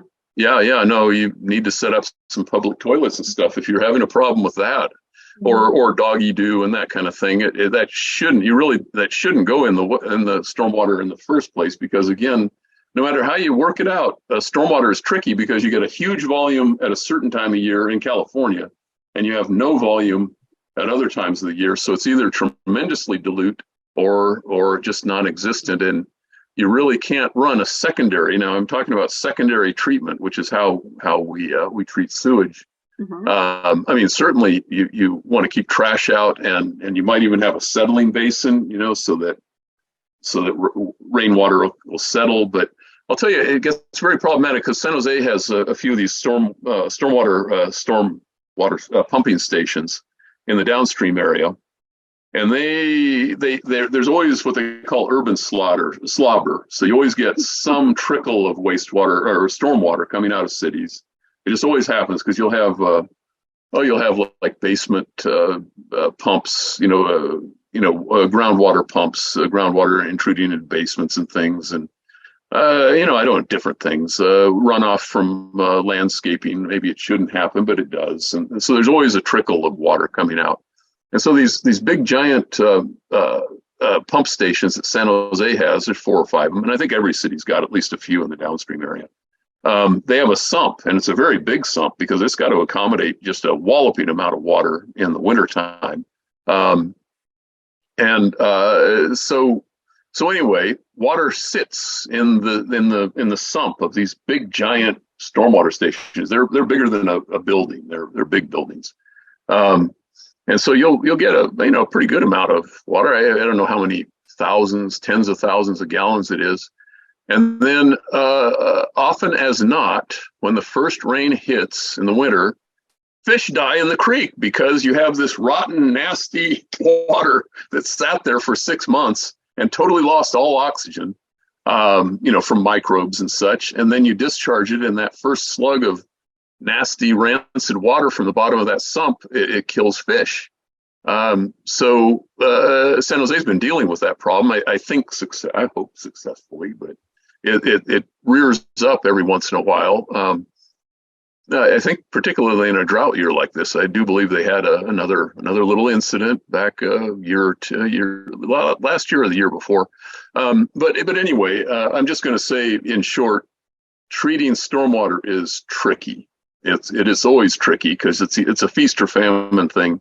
So you can't have a consistent process. I don't even like to think about it, but yeah, I did notice somebody said that they bought a 35-cent goldfish and it grew really big. Yes, I've done that many times. I have a koi pond and I'll buy a little 25-cent goldfish because you need them a little bit for some mosquito control and things like that. And they grow up into big 1 foot long monsters, 8 inches to a foot. They turn into big fat goldfish. Let's see, someone else asked, silver, the end of film. Yes, folks, that's it.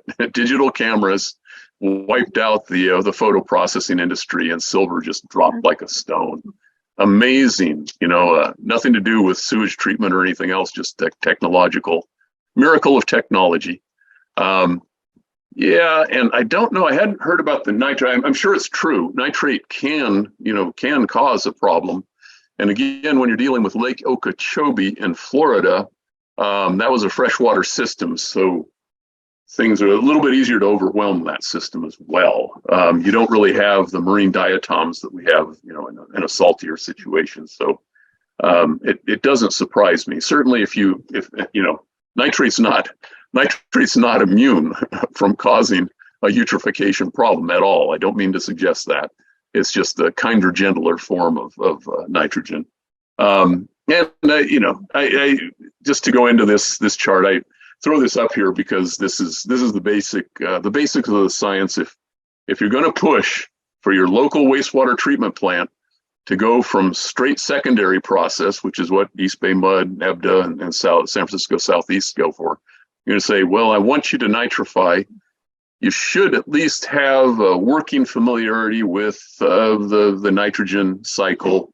That's a little triangle, and it's got some ins and outs to it. But certainly nitrogen waste is a growing problem has been a growing problem for humanity because ever since 1915, when Fritz Haber and his buddy, I think it was Carl Bosch, invented the Haber-Bosch process to fix nitrogen from triple bonded nitrogen in the atmosphere.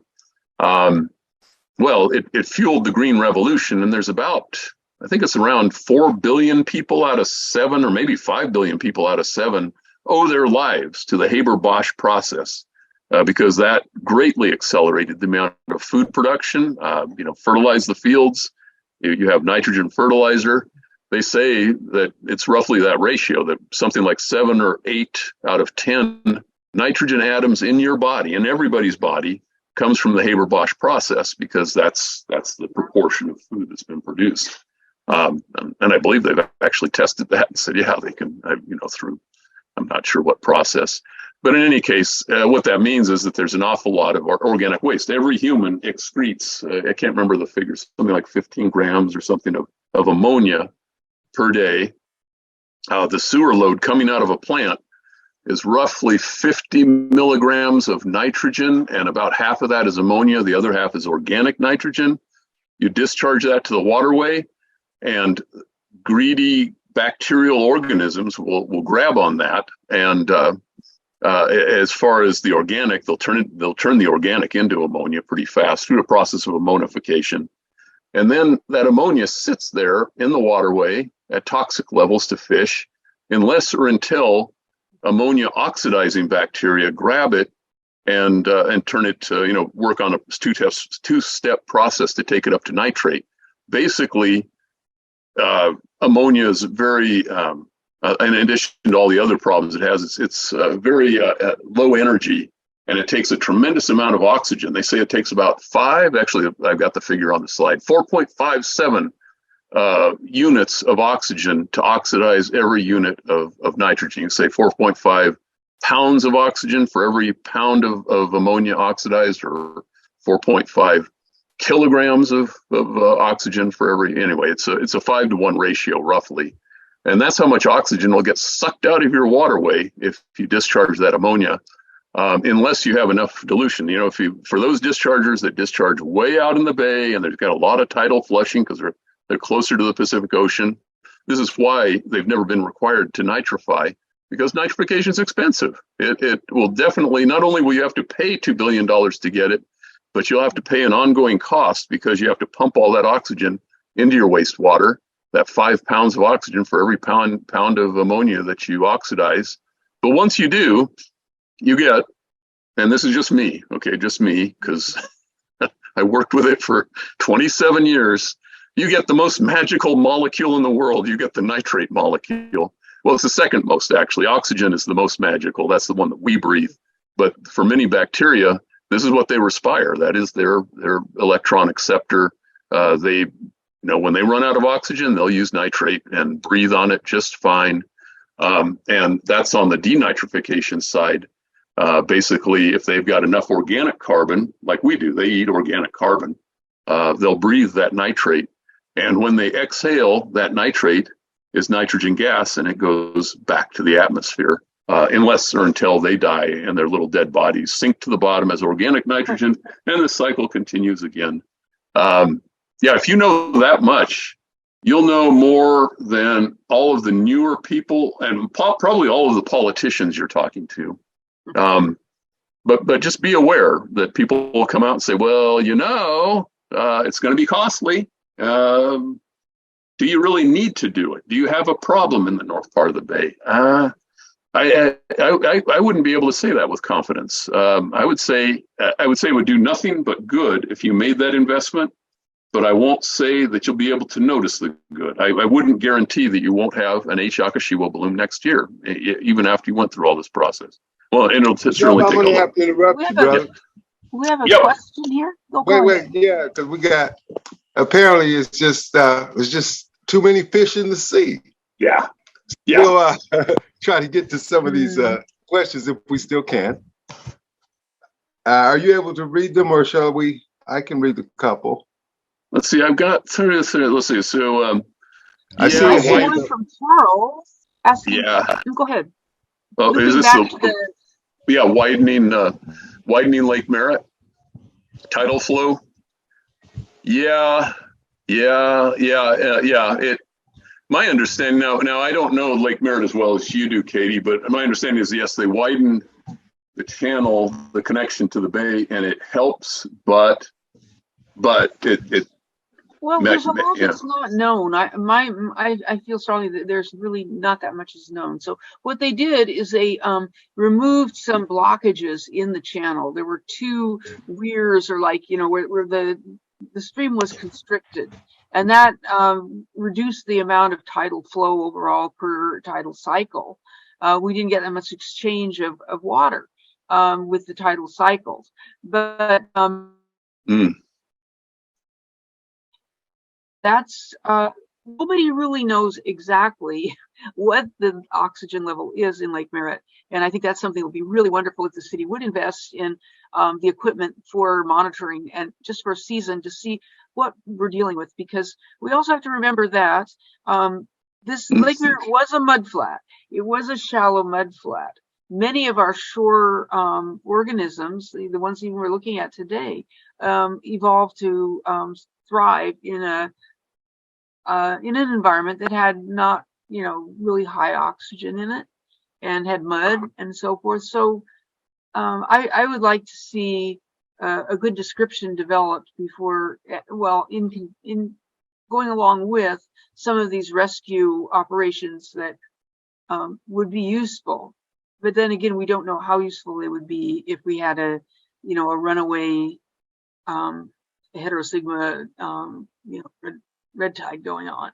So just a lot to think about, and a lot of unknowns going into the future. So I agree. I see another comment about too few. That each bubbler only covers about an acre, and I'm not the expert to ask, but it seems like there's a shocking lack of bubblers out there for the summer season. Wintertime, you probably don't need them. Summertime, absolutely critical. I think you hit the nail on the head when you said the more the merrier, since they only cover a small area. Yeah. But for the, let's ask if there's anyone still with us who had a question in the chat that we missed. Please raise your hand. But I see that Nick Bertulis has a hand up already. Can we catch Nick in the question? Oh, yes. Hey, thank you, Jim. That was fascinating. A comment and a question. Comment is, have you considered writing a book on the natural history of San Francisco Bay? That would, I think, be really good.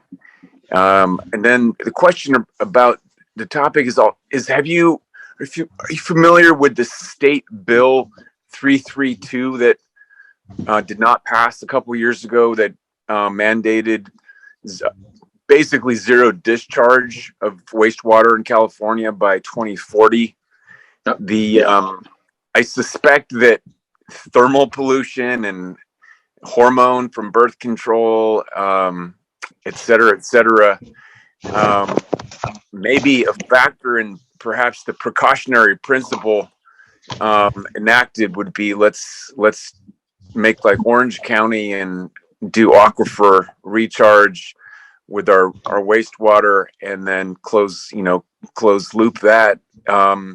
Anyway, I'm a wastewater nerd, so I could go on, but I would love to hear some comments. Yeah, I don't know. I'm very skeptical of that. I see, we rely on the microbes provide, like, I have a slide somewhere else. I didn't put it in the slide deck, but I thought about it. At one point, I did kind of a back of the napkin of cellular respiration rates and energy expenditure and that sort of thing. And it's kind of like we pump oxygen into these secondary tanks, but the work is really done by the microbes. And when you calculate, and I know that I'm not the microbiologist who really understands the cell energetics that well, but I was back napkin and it's like, Jesus, this is like 10 nuclear power plants. It's unbelievable what we get out of these microbes. And I just don't think, there's any other way. Any other way leaves energy on the table. Nothing's more efficient than a bacteria. When you can look at different metrics of that in different studies and that sort of thing. But when they look at like machinery, anything that humans have built, where we can get maybe at best 10, 20, 30% or something like that efficiency, microbes just do, and anything biological does worlds better than that, because there's been a couple billion years of evolution built into it. But in any case, I saw the proposal that, zero waste discharge and such. I'm just very skeptical, and certainly putting anything into the aquifer, very, very risky proposition, especially when you're talking about the things you are, like hormones and things that we really don't know if we treat them effectively or can or should, and to put them into an aquifer where you can't take it back once it goes down there. And we do study the what they call the emerging contaminants, and we've done a number of different things with the different pharmaceuticals and such. One of the persons that worked in my group before I retired, that was her specialty, was doing studies with San Francisco Estuary Institute and other institutions to try to measure all these different pharmaceuticals and such, and the metabolites that come out as a result of that process. And there are some that don't treat very well. I was kind of shocked that albuterol, for example, is one thing that kind of shows up in our effluent at very low concentration, but nonetheless, it passes through the plant. The microbes don't touch it, and it was really interesting. I think there was a few heart meds as well, because again, for pharmaceuticals, you're trying to design something that goes into the human body and does what it's supposed to do, but doesn't break down. And of course, that's a recipe for an environmental problem down the line, like the miracle products, like miracle pesticides like DDT or PCBs, that just kind of linger in the environment forever and ever. It's a learning process, and certainly first and foremost, if we identify an actual biological problem in the bay. Well, that's why I do this fish. That's why I go out with these guys once a month for the rest of my life until I'm too old to do it. Because I saw this as an insurance. I want to be the first person who finds out that the fish are deformed. And we actually do look for deformed fish while we're out there. We look for scoliosis. Scoliosis, the bending of the spine. It's a natural thing, but it's also associated with different pollutants and potentially some, pharmaceutical type of things. And, no, I do. I take pictures. If I see one, I take a picture of it, and we archive it. And we say, like, I don't know, if I only see one out of 10,000 gobies or 10,000 anchovies, not a problem. But if I start seeing dozens of them with the same curvature, now I'm really worried that maybe something's happening. So far, thank God, I have not seen that. Or birth defects or fish that aren't spawning correctly. And with our trawls, we have a very crude tool to do those kind of measurements. But it's the only tool we got. If we're not out there looking, nobody is. That's the best I can say about that. I would love just to piggyback on that. The Rich Earth Institute and AEVOG and the Sustainable Sanitation Alliance have a substantial body of what I would call exponentially growing methodologies for municipal scale urine recycling, identifying urine as a relatively easy resource for reclaiming in a decentralized context that solves a lot of wicked problems. So anyway, just want to bring in the international level consciousness. Yeah, I'm seeing wasteland filters I see wasteland filters a proven method to improve effluent water quality. Yeah, well, wetland is filters. Yeah, exactly. That is and that's kind of what. And I'm moving on to the next question. I'm sorry, but I take your point is well taken. But yeah, I do see artesian slough as functioning. Whether or not that's something people intend. Well, they don't intend, but nonetheless, the wastewater is improving in quality as it goes down the slough. Well, as a matter of fact, San Jose, I showed you that video of the fish down there at the end of the outfall channel. We have a half-mile long outfall channel from where water leaves the facility, flows down that channel where fish just magically erupt. It's spontaneous generation of fish, big fish that come in there because there's plenty of food, obviously. But by the time the water goes through that outfall channel, it's cleaner than when it left the plant. And as it goes down artesian slough, certainly for the nutrient levels are dropping like a stone, because the diatoms, hungry diatoms, are pulling that up. Small fish are eating the diatoms, and then the striped bass come in to eat those fish. And again, the real question is going to be about bioaccumulation of pollutants. That's a very critical thing. We do have a mercury problem in the bay. It's not coming from the plant. That's one thing we're sure of. And nor are PCBs. PCBs are in the sediments, but they're not coming out of the plant. Because, very critical, because yes, we're effectively, whether intended or not, we're using that wetland as a filter to polish our wastewater, our tertiary treated wastewater. And again, that's why I look at the fish. And how are medications getting into the water? Mainly excreted by human bodies. There was a problem. There's always an ongoing problem. What do people do with their meds? Like when, I hate to say it, when grandpa passes away, what do you do with that chest full of meds? A lot of people flush it down the toilet. Don't do that. Don't flush meds down the toilet. That's the worst thing you can do. Take them for recycling.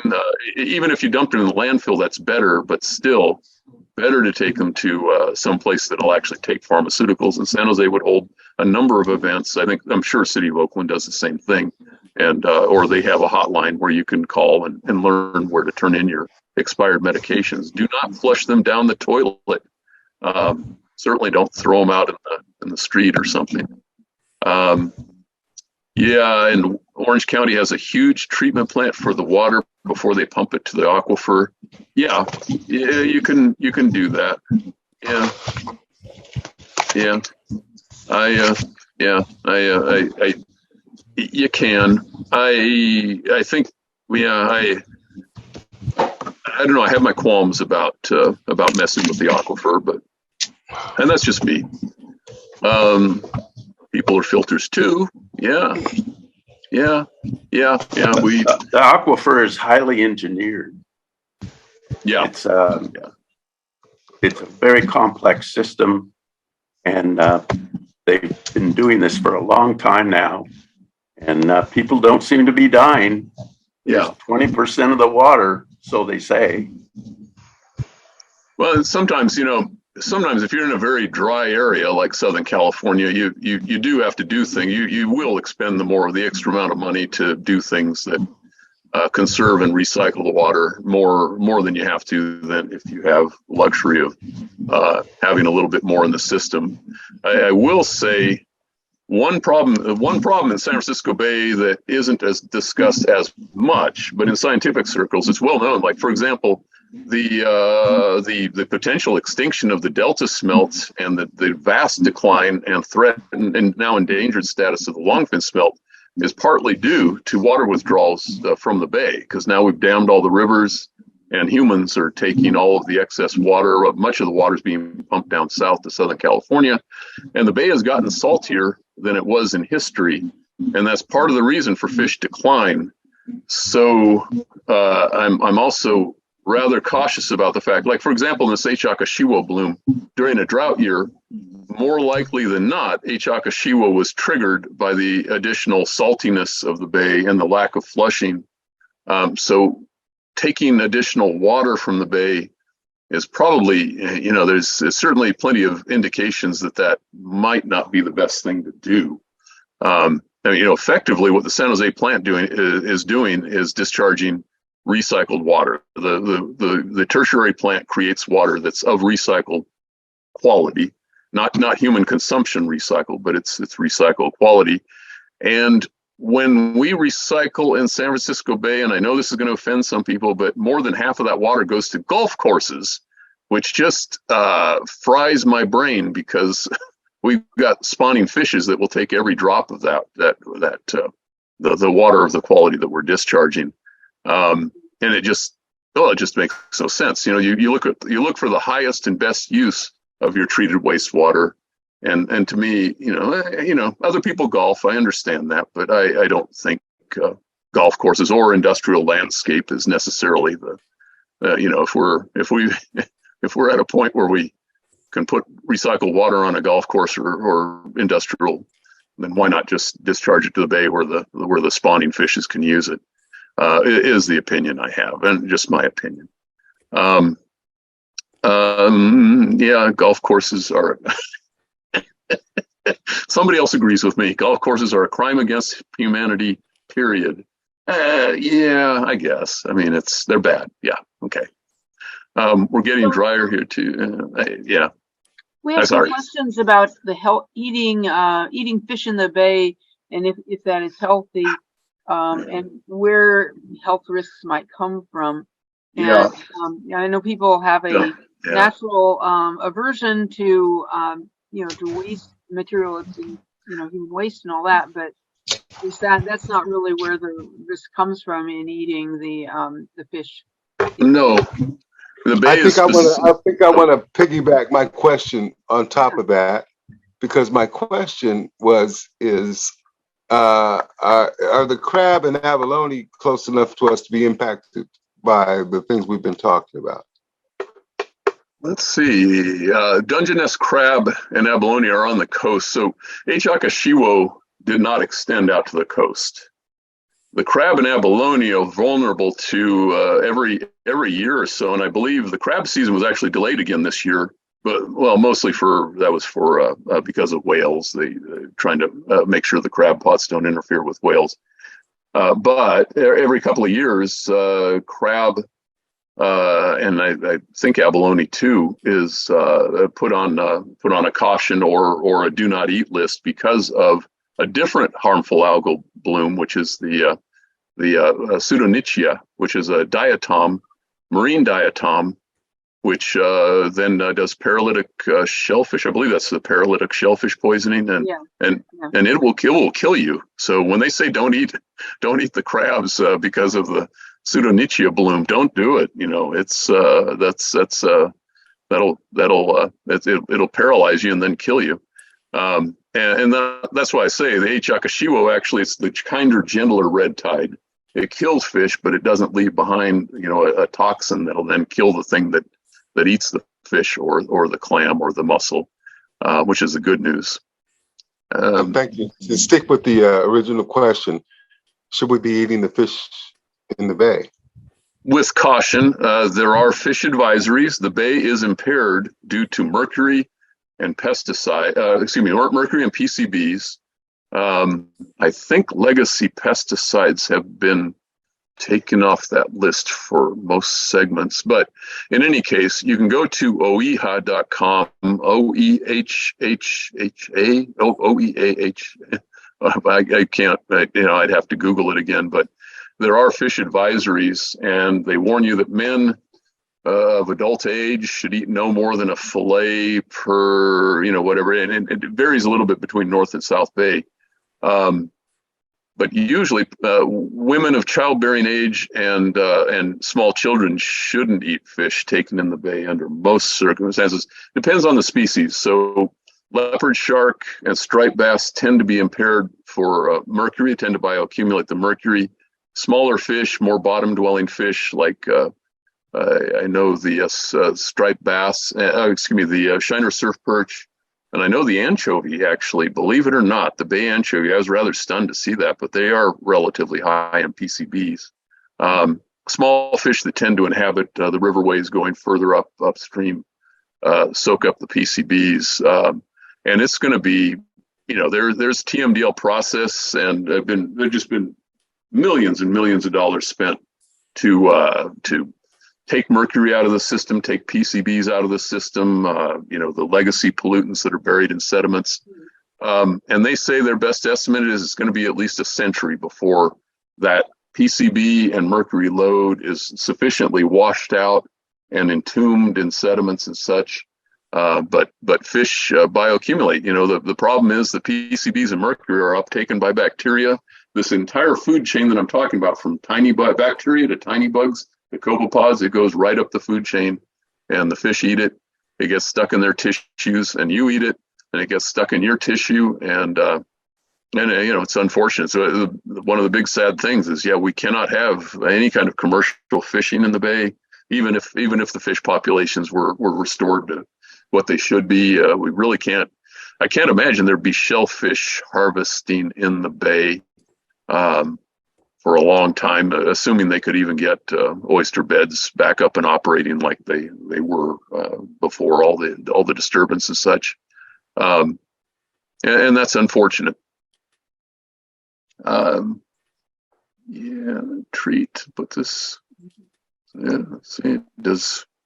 The bay mercury, yes, absolutely comes from local quicksilver mining. That's the vast majority of it. Because the bay's been settled in big cities for over a century, mercury did come from a number of industrial processes. And not only that, but even pristine California lakes and rivers and such get a dose of mercury from just global mercury air deposition coming from Asia, riding the trade winds and such. It's not much. It wouldn't have been by itself enough to impair the bay. The bay impairment does go to the Almaden mine in San Jose. South San Jose was the biggest mercury mine in the world, and it provided material for the gold rush and such. It was a huge thing and left a huge legacy of quicksilver. And then when the miners would take it up into the Sierras, and they would make an amalgam with mercury. There's some places around the world you can go Google and find YouTube videos of people in Indonesia doing the old-fashioned mercury amalgam, where they take a ball of liquid mercury, and they put their gold waste into it, and the gold amalgamates to the mercury, and then they boil off the mercury in a little still or whatever. And tremendously dangerous process for people who do it. And And then this mercury waste ends up going into the local river and such and staying there pretty much forever. You know, it'll bury itself into the sediments. It's the bacteria, the anaerobic bacteria, the sulfur reducing bacteria. It's that, you know, if you ever gone in a creek and you pull up that mud and it's all nasty and black under about a centimeter underneath the surface and smells like rotten eggs, it's that bacteria that grabs onto that mercury and makes it into methyl mercury, and methyl mercury is then ingested into fats and things and just stays there forever. Yeah, it's a bad problem. Depressing problem. I don't even like to think about that because there's nothing I can do about it. Yeah, fish. Look at the fish warnings. You can eat. You know, depends on the species. I used to joke that don't eat little fish because they're loaded with PCBs, and don't eat the big fish like the leopard sharks and the striped bass because they're loaded with mercury. Eat the fish that are right in the middle. You know, eat the medium-sized fish. And it's a total joke. You really have to look at the fish advisories and just make sure you follow that. Do Alaska wild-caught salmon. You know, don't eat fish from the bay. We have a question from Rachel about the relationship. Is there any relationship, or what is the relationship between salt marsh and salt water halves, and our blue-green toxic algae? So yeah. We had toxic blue greens in Lake Merritt, and we also had but we did not have, and we had some other using algae. Now I'll flip down to a thing. Yeah, because this whole thing, it came up as a question: what is algae? And I'll start just a short thing here that, you know, this is the problem with microbiome. Oh, can people see that? People can't see that. Wait a minute. Oh, I got to share screen again. Yeah. I can see it. It looks good. Is it? Okay. Am I sharing? Yeah, okay. No, I can't see it. You can't see it? Carl Woolsey and the wait. the lanes and all? Let me try. That share? Okay. I may be in the wrong place. Orange and purple and blue and pink. And yeah. Hey, it's not the best diagram in the world, but it is the best one I can find. So this whole thing about, we say algae. Algae is not algae. Algae, to me, algae is a seaweed. Algae is a macroalgae. It's the green algae, the red algae that I showed you. You can hold it in your hand. It's leafy. It sort of seems like a plant, but it's not really a plant. But this whole name of algae was a historic accident because when they invented the first microscope, they had all these unicellular, one-celled animal things. They called them animalcules. I think Leeuwenhoek was his first description of that. But they had chloroplasts, so they were plant-like. And so they had this whole category, amorphous category. When I went to college, it was called protista. And you call them protists. They were protozoans. But some of them were, you know, anyway, and we'd say, well, they're algae if they're aquatic and if they have chlorophyll. And then later, it was in the early 80s, they came up with the names chromista and chromavolata. So this is all part of that crazy mixed up, the newness of microbiology that we have words that didn't exist when I went to college. We have a classification scheme. And so you talk about cyanobacteria. Cyanobacteria is primarily, almost exclusively, a freshwater problem. Once you get into salty water, most of the cyanos don't really, you can have cyano in salty water, but most of the problems are really cyanobacteria, blue-green algae in fresh water. And usually it's more often than not, it's phosphorus waste that makes them explode. But nitrogen can do it too. But, you know, this classification scheme, it came down to whether the organism has chlorophyll A or chlorophyll A and B, chlorophyll A and C, and then they called it chromista. And you had the brown algae and the yellow-green algae and the golden algae and all these organisms that aren't really algae, but we call them different colors of algae. I actually made this slide way back when I was starting to, you know, investigate the wastewater at our plant. And I was like, I don't get it. What does this stuff mean? And then I'd look at older textbooks. They wouldn't even use this terminology. And I found out why. It's because it's all new science. This guy named Thomas Cavalier Smith, it's his fault. He invented the the classification of chromista with 8 kingdoms in 1981, so just 40 years ago. And and then it went to 6 kingdoms, and now it's 4 supergroups, and that was just less than 20 years ago. And it all has to do with the fact that somewhere back in history, nature shuffled and reshuffled the deck several times. So you have these microorganisms, the ancestors of all of us, and the ancestors of all the diatoms, dinoflagellates, and whatever, and they call it endosymbiotic theory, because they would take a chloroplast, and just like our most ancient ancestor took a mitochondria, a proteoa bacteria, and turned it into a mitochondria. They took these chloroplasts and turned them into their own purposes.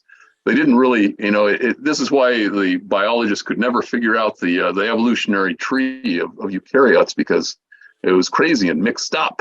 And anyway, this is the newest version they have. Like, I don't know how many people out there, like for me, I've heard of it because I looked it up several years ago, but who's ever heard of stramenophiles? Well, that's what our H. akashiwo is in that family. It's a stramenopile. That includes all the rhaphodophytes. It includes all the golden algae and the brown algae and the yellow algae. They have no relationship or a very distant relationship to dinoflagellates, which is the algalates, or the green plants, the chlorophytes. They're on a completely different branch, and then you have the discovates, and their euglenids are over there, and diatoms are distant cousins of rhaphodophytes. They're all stromatophiles, but then dinoflagellates are somewhere else. The whole point of this is that if you're going to understand, here we're worried about this red tide bloom, and we're worried about H. akashiwo or cyanobacteria. It's kind of important to know that, cyanobacteria are not even on this chart. Cyanobacteria are bacteria that can photosynthesize. Cyanobacteria were originally, some form of cyanobacteria was originally engulfed, and it became the original chloroplast for plants and everything else. But it's a completely different animal. It has no relationship. It's it's not flagellated like a dinoflagellate. It doesn't act the same. And anyway, each of these things, Katie's much more familiar with all these different forms. The dinoflagellates tend to be the predators, the mixotrophs, the diatoms are big fat, juicy plants, basically, more than anything else. Diatoms are actually related to brown algae, giant kelp, whereas dinoflagellates, completely different animal. They actually make a plush toy out of one of the dinoflagellates. That's this thing, the sea sparkle, which God, I don't know if I put the name on the chart. Noticulus scintillans. There it is. Actually glows in the dark. There's my cyanobacteria. They're literally they are prokaryotes. They are not eukaryotic. They don't have a nucleus. They don't have chloroplasts. They just photosynthesize. They are a chloroplast, is basically the way it works. I won't go into that. So that's kind of what I wanted to say about that. Now I'm stuck. How do I unshare? This has been amazing. Just so much to tell us. I really appreciate it. I'm sorry. That whole thing about when you get into algae, when they say algae, and I always just want to bristle. Like, yes, that's the name they call it. But I'll tell you what the problem is when you start researching. If you really get into cyanobloom or H. akashiwo, and you start doing the internet searches, you'll find that any textbook written more than 10 years ago is out of date. The terminology is all changed, and you'll try to read the published papers, and you have to, these slides that I'm showing you are my cheat sheets. It's like, because I can't, when I started this, I couldn't understand. I couldn't equivalate the terms from 20 years ago, 40 years ago to today. And that's kind of important. The good news about this is that folks like Damon or Katie, when you're looking through a microscope, many of your observations are not well documented in science. You don't realize how new this science is. So, for example, Damon said, wow, I saw a bloom of Prorocentrum, not just soon after the bloom of H. akashiwo dissipated. There's actual papers written in Japan and China that's like a key finding. That's important stuff. That's good to know. And the cool thing is that you can come out to Lake Merritt if we have our table set up, and we can take a sample of plankton and see what's out there. And it varies quite a bit from day to day and, from week to week. I know, you and Damon are making me want to almost want to buy a microscope. You should. I shiver to think of it, but yeah. Yeah, they're not that expensive. You can get them. I know, and that's the other thing. It's like digital cameras. Everything's gotten cheaper. It's incredible. Yeah. It's really a whole new world. Plankton are beautiful, and it's trying to understand, because it is really the bottom of the food web. And here, as you said in your recent blog, it's everything was destroyed by a microbe, and then the microbes are coming back, and they're going to maybe in the save the day as the organisms that keep akashiwo, Heterosigma akashiwo in balance normally now come back, and we get a more of a functioning ecosystem going again. But it's been this has just been really a treat to have you here and tell us all about your insights from the South Bay.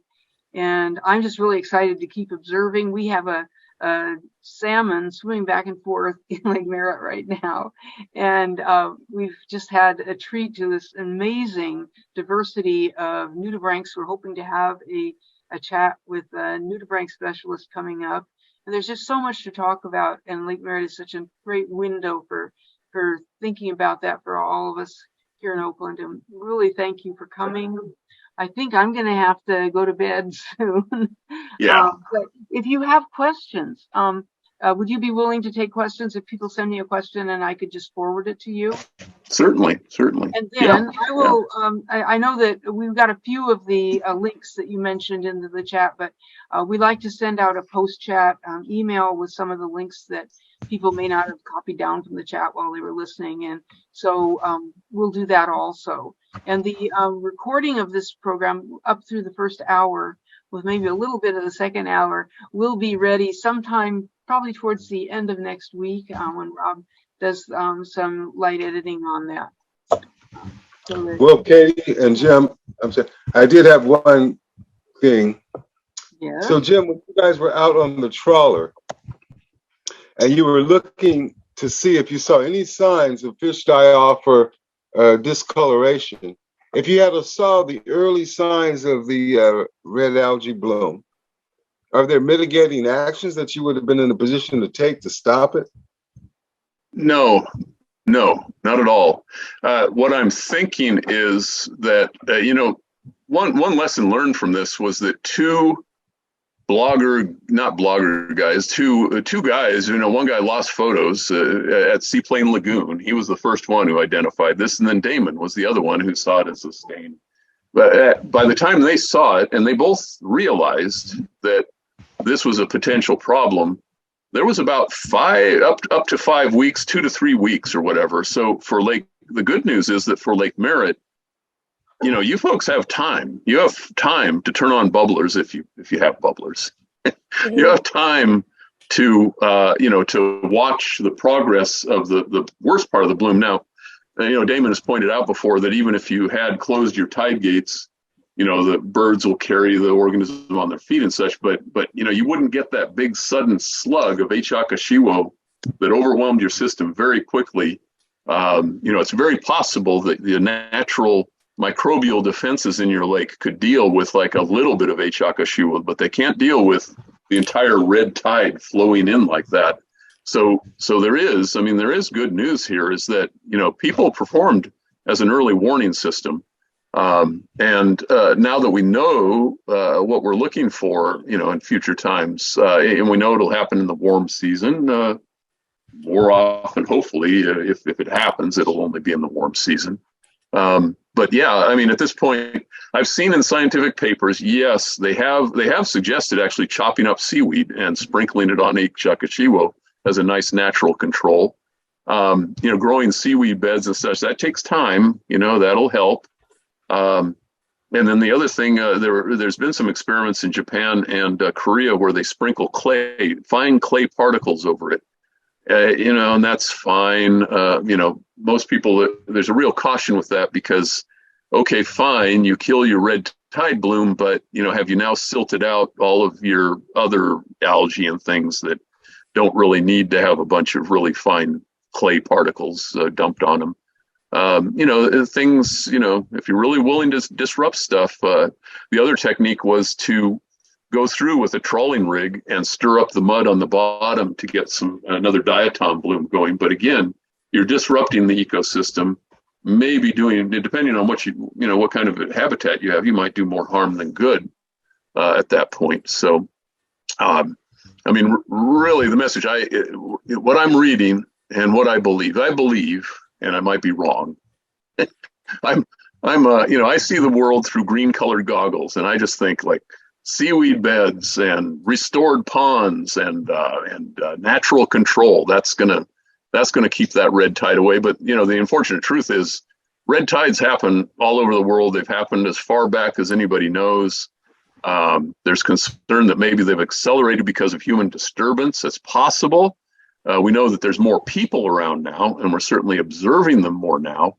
So we'll never, these organisms have been here since before the beginning of time. So we're not going to eradicate them, but we can learn to live with them. That's about all I can say. Thank you. Thank you. Thank you, everybody. I think we'll all need to go to our gallery mode in a minute and say goodnight, and say a special thank you. And this has just been wonderful, Jim. I really appreciate your talk, and we learned so much, and there's so much to learn. So really great that we have people out there like you. Yeah, and we're all going to clap. And those of us who are still awake and are, thank you so much. We really appreciate you coming today and educating us about the nitrogen in the bay and what has transpired this summer. It's so many fascinating questions and hypotheses. And thank you everybody for coming with all your great questions and contributions. This has been a really wonderful chat.